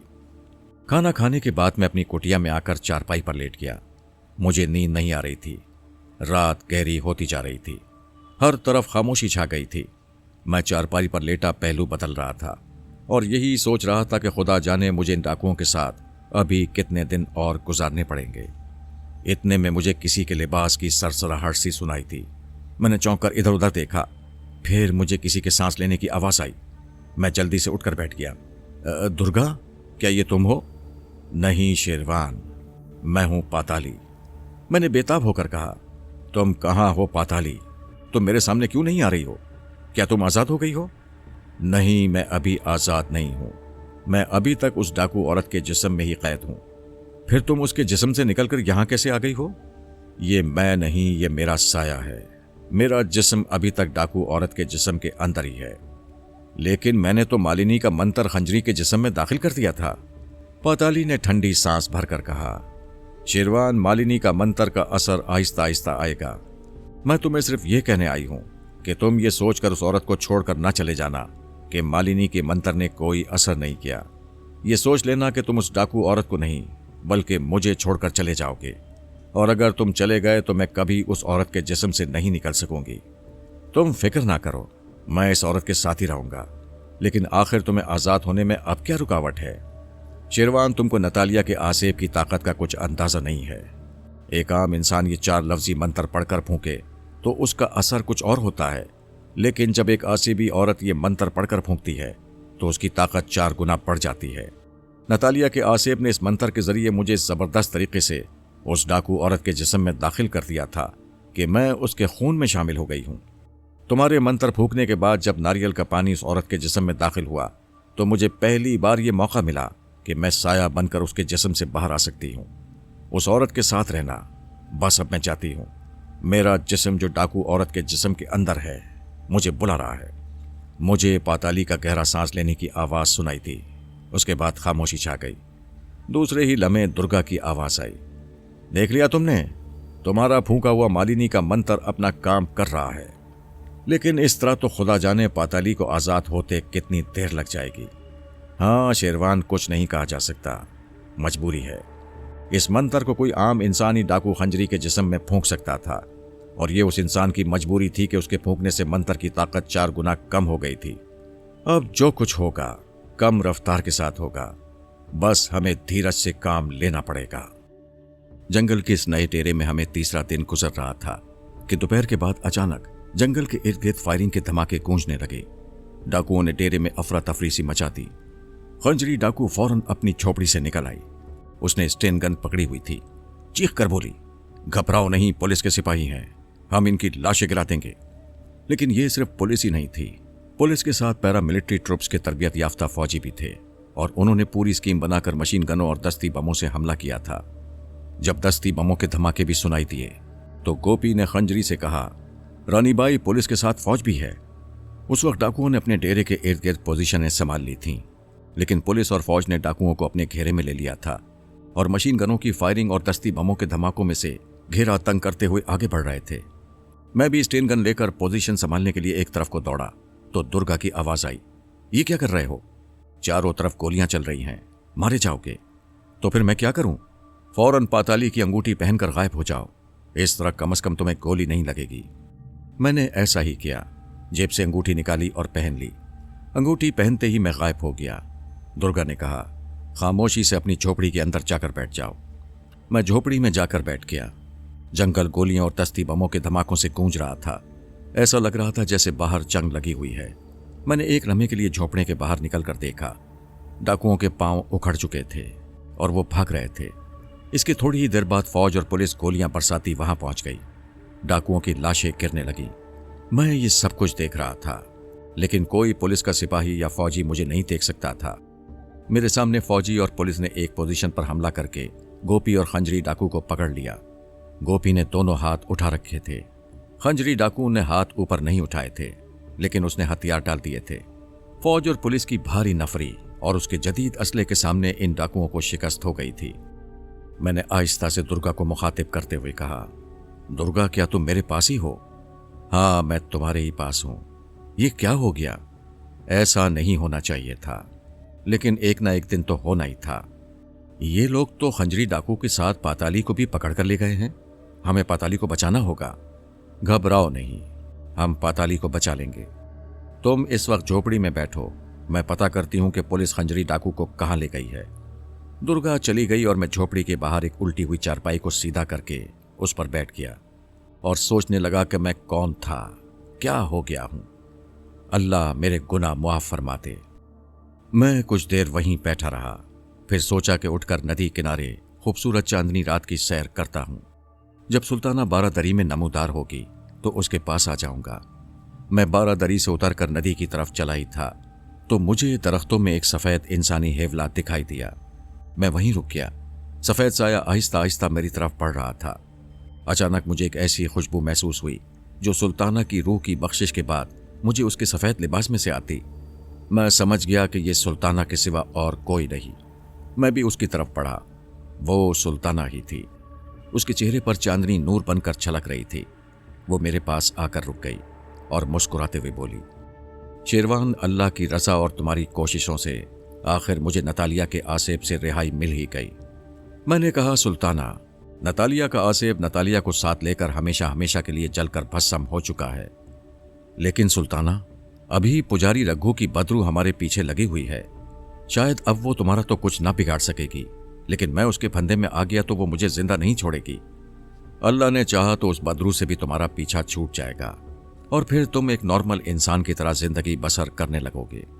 मैंने कहा, दुर्गा और पाताली ने मेरा बड़ा साथ दिया। दुर्गा ने मुझे एक लफ्ज भी याद करा दिया है।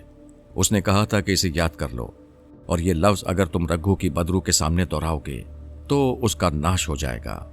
उसने ये भी कहा था कि सुल्ताना ही तुम्हें बताएगी कि यह लफ्ज तुम्हें कब और कहां बोलना है। हाँ, उसने ठीक कहा है। मैं तुम्हें सब कुछ समझा दूंगी। चलो आओ, बारादरी में चलकर बैठते हैं। हम संगे मरमर की बारादरी में आकर बैठ गए। मैंने सुल्ताना से पूछा, मेरा दुश्मन पुजारी रघु हमारे खिलाफ जो कोई नई साजिश तैयार कर रहा है, क्या तुम उससे बाखबर हो? शेरवान, जब से अल्लाह ताला के हुजूर मेरे गुनाहों की बख्शिश हुई है और मैं एक अच्छी रूह बन गई हूँ, मैं रघु, दुर्गा और पाताली की पहुंच से बाहर हो गई हूँ। मेरे गुनाह का आखिरी मरहला वो था जब मैं नतालिया के आसेब की कैद में थी। जब खुदा ने मुझ पर अपनी रहमत नाजिल फरमाई तो मेरे गुनाह का आखिरी मरहला भी गुजर गया और मैं नतालिया के आसेब से आज़ाद हो गई। अब अगर नतालिया का आसेब जिंदा भी होता तो मेरे करीब आने से पहले ही जलकर राख हो जाता। यही हाल पुजारी रघु की बदरू का भी है। जैसा कि मैंने शायद पहले तुम्हें बताया था कि अच्छी रूह और बुरी रूह के दरमियान फ़र्क यह होता है कि अच्छी रूह रोशनी होती है और बदरू अंधेरा है। तो फिर तुम पुजारी रघु से मुझे कैसे बचा सकोगी? मैं तो एक आम इंसान हूं। रघु एक बदरू है जिसके पास जादू की ताकत है।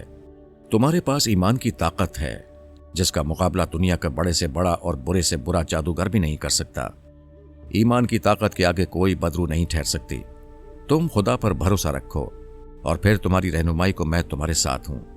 तुम बहुत जल्द उस बदरू को भी उसके आखिरी इबरतनाक अंजाम तक पहुंचा दोगे। सिर्फ तुम्हें थोड़ी सी जुर्रत से काम लेना होगा। मैंने कहा, यह मेरी जिंदगी और मौत का सवाल है। मैं जुर्रत ना भी करूं तो मुझे ये मेहनत करनी ही पड़ेगी। इसके अलावा अपने अल्लाह पर मेरा ईमान चट्टान की तरह मजबूत है। शेरवान, तुम्हारी ये बात सुनकर मुझे रूहानी सुकून मिला है। गोश्त पोस्ट के जिस्म में होने की वजह से तुम्हारे साथ कुछ कमजोरियां, कुछ मजबूरियां भी लगी हुई हैं। जो आदमी नेकी के रास्ते पर चलता है, अल्लाह के हुक्म से नेकी की गैबी ताकतें उसकी मदद करती रहती हैं। मैंने पूछा कि मुझे ये बताओ कि अब मुझे क्या करना होगा। तुम वही करो कि जो मैं तुम्हें कहूंगी। मैं बारादरी में सुल्ताना के सामने बैठा था। उसने कहा, तुम यही पूछना चाहते हो ना कि तुम्हारे दुश्मन रघु ने तुम्हारे खिलाफ अब कौन सा नया फंदा तुम्हें फांसने के लिए तैयार किया है? मैं तुम्हें यह कहूंगी कि वो जितने फंदे चाहे तैयार कर ले, लेकिन अगर तुम अपनी जगह पर साबित कदम रहोगे और थोड़ी सी जुर्रत से काम लोगे तो वो तुम्हारा कुछ नहीं बिगाड़ सकेगा। पुजारी रघु की बदरू हमारे उस रोहतगढ़ वाले पुराने किले के महल में है, जहां उसने मुझे कत्ल करके मेरी रूह को कैद किया था और जहां से तुमने मेरी रूह को उसकी कैद से आजाद किया था और फिर वो तुम्हारा दुश्मन बन गया था। इसका मतलब है कि मुझे एक बार फिर उसी जगह पर जाना होगा जहां से मेरी मुसीबतों का आगाज हुआ था। हाँ शेरवान, तुम्हें वहीं जाना होगा। कहीं ऐसा ना हो कि मैं फिर किसी पहले से बड़ी मुसीबत में फंस जाऊं। नहीं शेरवान, ऐसा नहीं होगा। तुम यूं समझ लो कि जहां से तुम्हारी मुसीबतों का आगाज हुआ था वहीं तुम्हारी तमाम मुसीबतों का भी खात्मा होगा। खुदा करे कि ऐसा ही हो। यकीन रखो, ऐसा ही होगा। इसका मतलब है कि यहां से मुझे किला रोहतगढ़ के वीरान महल में जाना होगा। हाँ, लेकिन तुम अकेले नहीं होगे। एक खास हद तक मैं तुम्हारे साथ रहूंगी, फिर उसके बाद भी मैं तुम्हें देखती रहूंगी, तुम्हारी रहनुमाई करती रहूंगी। हमें इस मुहिम पर कब रवाना होना होगा? कल मंगल की रात है। पुजारी रघु की बदरू हर मंगल की रात को पुराने महल के बड़े कमरे में आकर तुम्हारे और मेरे खिलाफ खतरनाक खुफिया मंत्रों का कीर्तन करती है। अगरचे उसे मालूम है कि मैं अब उसकी पहुंच से बाहर हो चुकी हूं, लेकिन वो अब भी मुझे दोबारा काबू करने के जतन किए जा रहा है। अलबत्ता तुम्हारे बारे में तो उसे यकीन है कि इस बार तुम उसके हमले से नहीं बच सकोगे। तुम कल इसी वक्त यहां आ जाना। हम यहीं से किला रोहतगढ़ वाले पुराने महल की तरफ रवाना हो जाएंगे।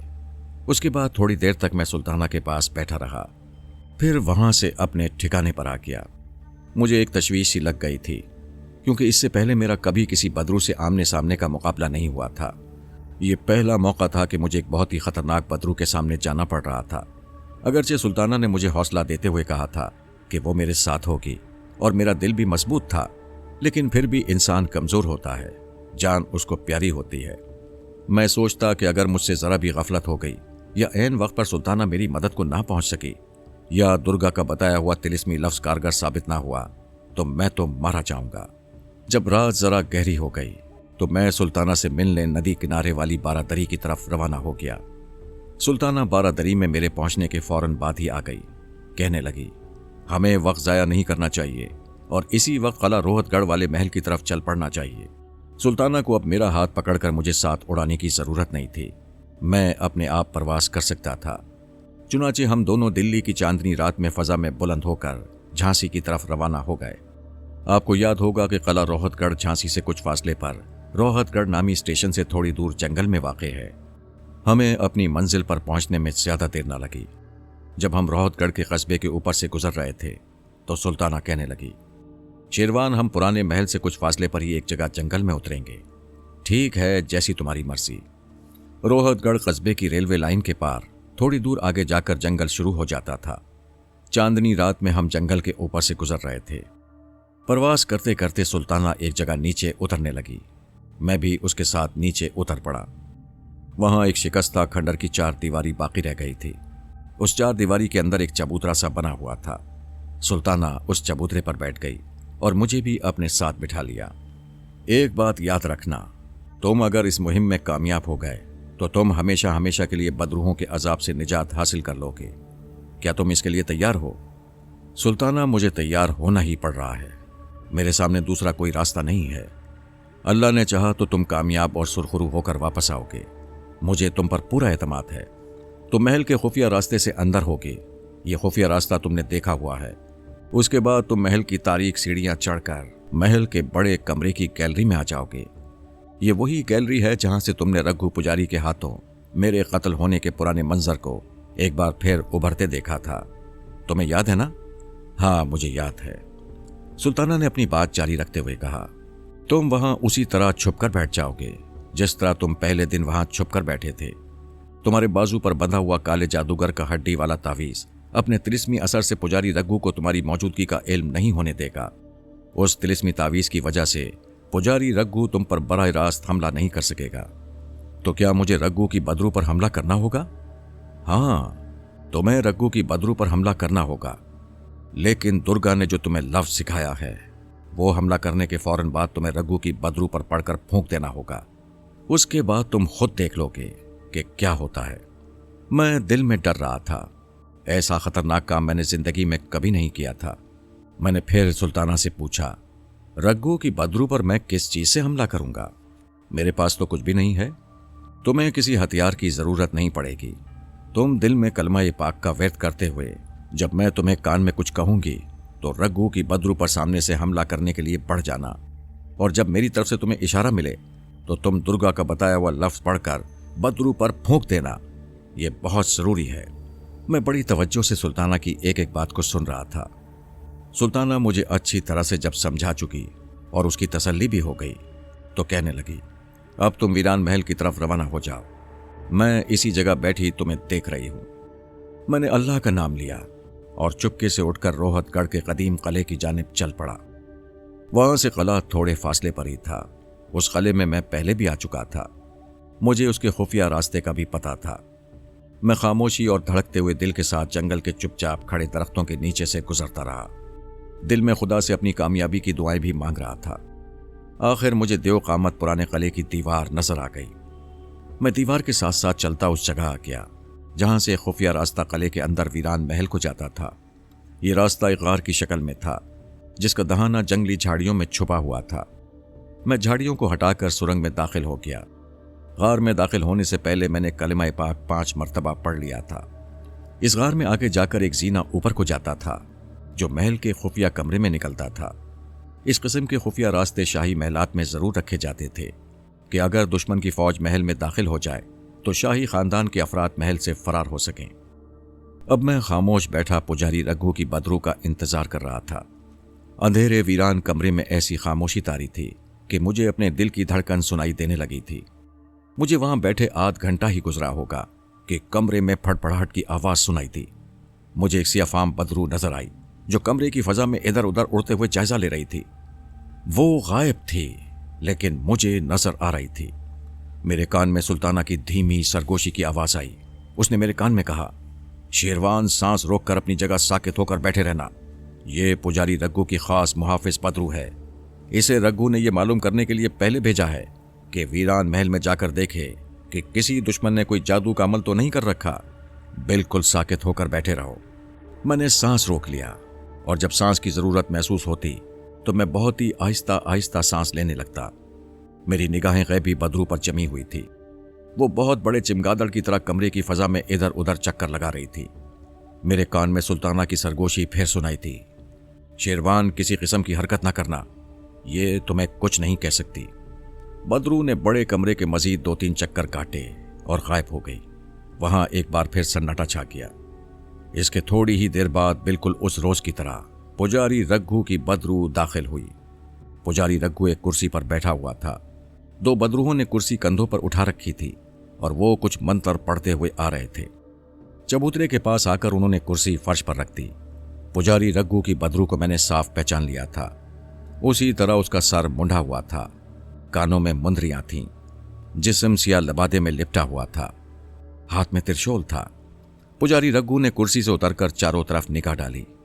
मुझे डर था कि यह बड़ी शैतानी ताकत वाली बदरू है। ये जरूर मुझे गैबी हालत में भी बैठा हुआ देख लेगी, लेकिन मैं उसे नजर नहीं आया था। उसकी निगाहें मेरे ऊपर से होती हुई वापस चली गईं। पुजारी रघु ने खड़ाऊं पहन रखी थी।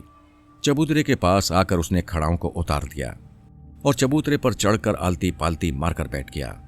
त्रिशूल उसने अपने पास रखा हुआ था। मैं उसकी एक एक हरकत का जायजा ले रहा था। रघु ने मंत्रों का जाप शुरू कर दिया। वो मंत्र पढ़ता जाता और सुलगते हुए लोबान के प्यालों में कुछ फेंकता जाता था। वो देर तक ये अमल करता रहा।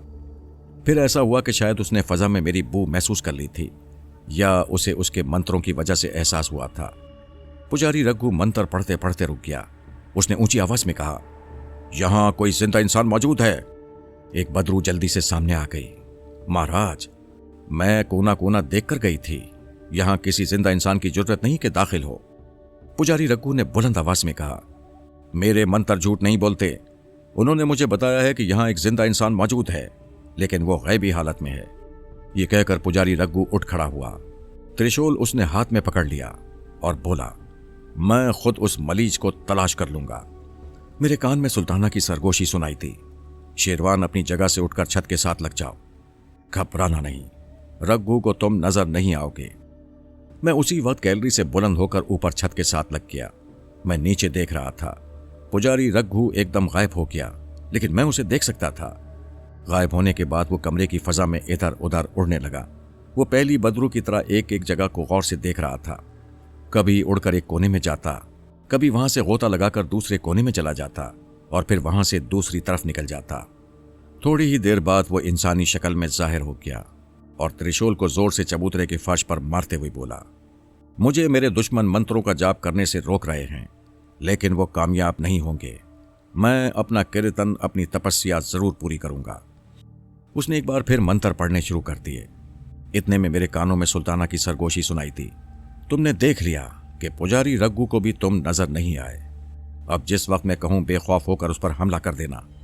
खुदा की मदद तुम्हारे साथ है, तुम कामयाब होगे।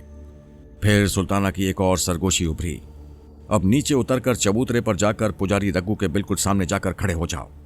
मैं दिल में खौफ महसूस कर रहा था, क्योंकि मुझे लगता था कि अगर मैं पुजारी रघु की बदरू के बिल्कुल सामने जाकर खड़ा हो गया तो वो जरूर मुझे देख लेगा।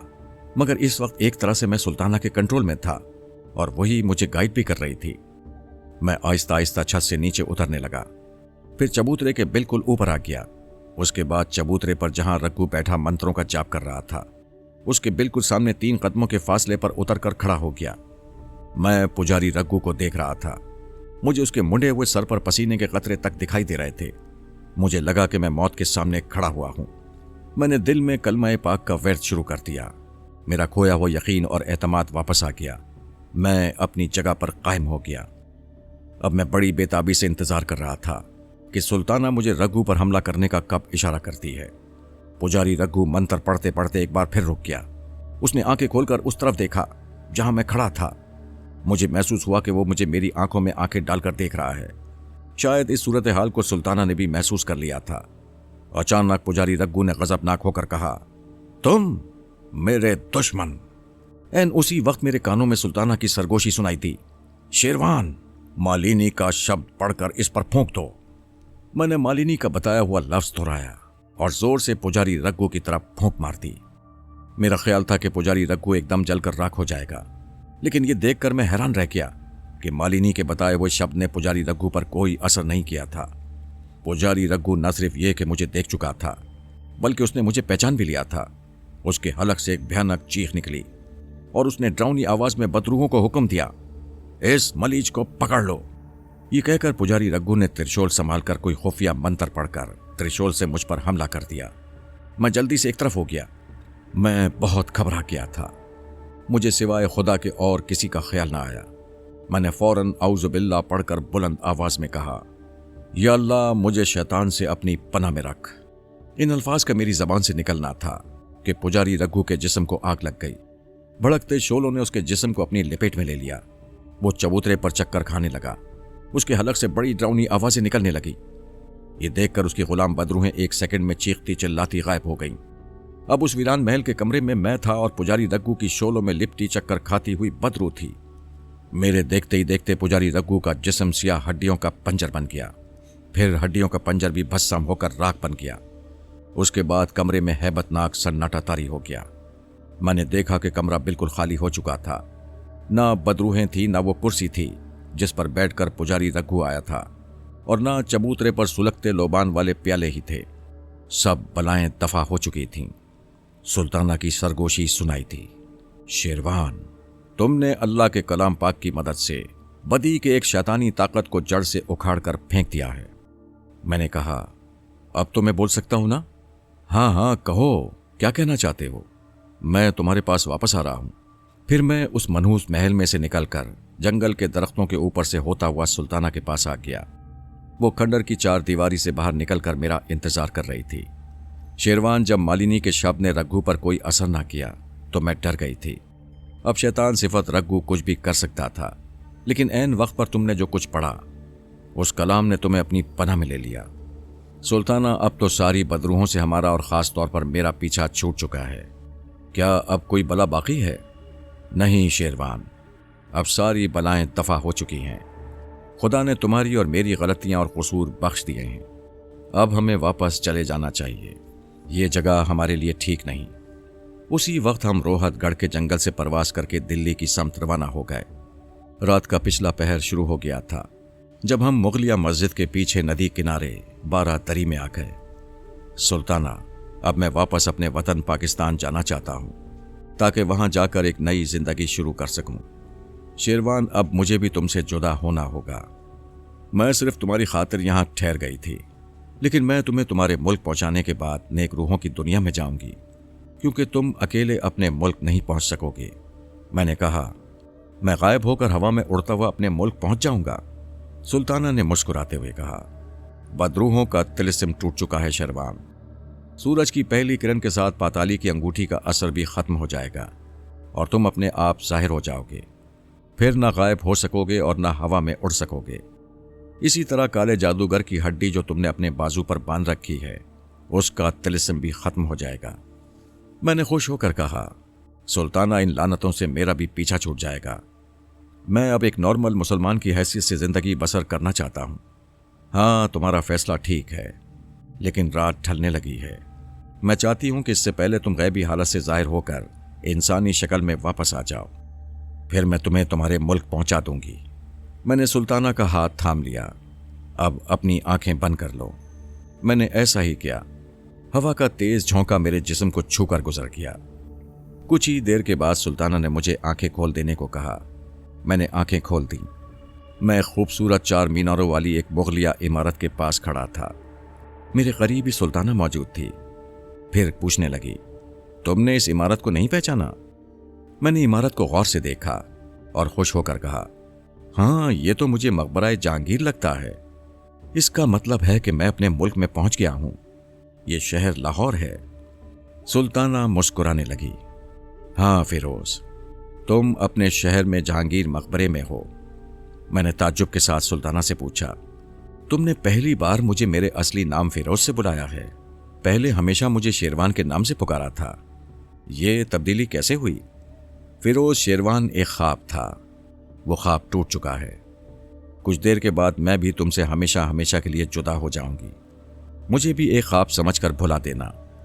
मैंने बदरूहों की हैसियत से गुनाहों का अजाब भी देखा है और अच्छी रूह बनकर नेकियों का सवाब और खुदा की रहमत को भी नाजिल होते देखा है। मैं तुमसे जुदा होते हुए यही कहूंगी कि बुराई से, बुरे कामों से, बुरे ख्यालों से बचना। सुल्ताना की बातों ने मुझ पर एक अजीब रिक्कत की कैफियत तारी कर दी थी। मैं उसकी तरफ देख रहा था और उसकी आवाज़ सुन रहा था। आसमान पर सुबह का नूर फैलने लगा और फिर सूरज की पहली सुनहरी किरण मशरक़ी उफ़क़ पर बुलंद हुई तो मुझे अपना जिस्म नज़र आने लगा। मैंने अपने जिस्म को गौर से देखा। मैं वाकई अब गायब नहीं था। मैंने सुल्ताना से कहा, सुल्ताना, मैं गायब नहीं रहा। बदरूहों का तिलिस्म सूरज की पहली किरण के साथ ही टूट गया है। फिरोज, अब तुम एक नॉर्मल इंसान हो। मैंने अपनी उंगली को देखा। पाताली की अंगूठी अब गायब हो चुकी थी। मैंने अपने बाजू को टटोल कर देखा। काले जादूगर की हड्डी वाला तावीज़ भी गायब था। मैं सुल्ताना की तरफ देखने लगा। बुरी बलाओं और बदरूहों के साथ उनकी मनहूस निशानियां भी गायब हो गई हैं। फिरोज, खुदा का शुक्र अदा करो। खुदा हाफिज। मेरे देखते ही देखते सुल्ताना भी गायब हो गई। मुझे ऐसा लगा जैसे मैं एक ख्वाब देख रहा था जो एकदम खत्म हो गया। दूर किसी मस्जिद से अजान की आवाज़ सुनाई दी। मेरी आंखों में आंसू आ गए और मैं क़िबला रूह होकर सजदे में गिर गया।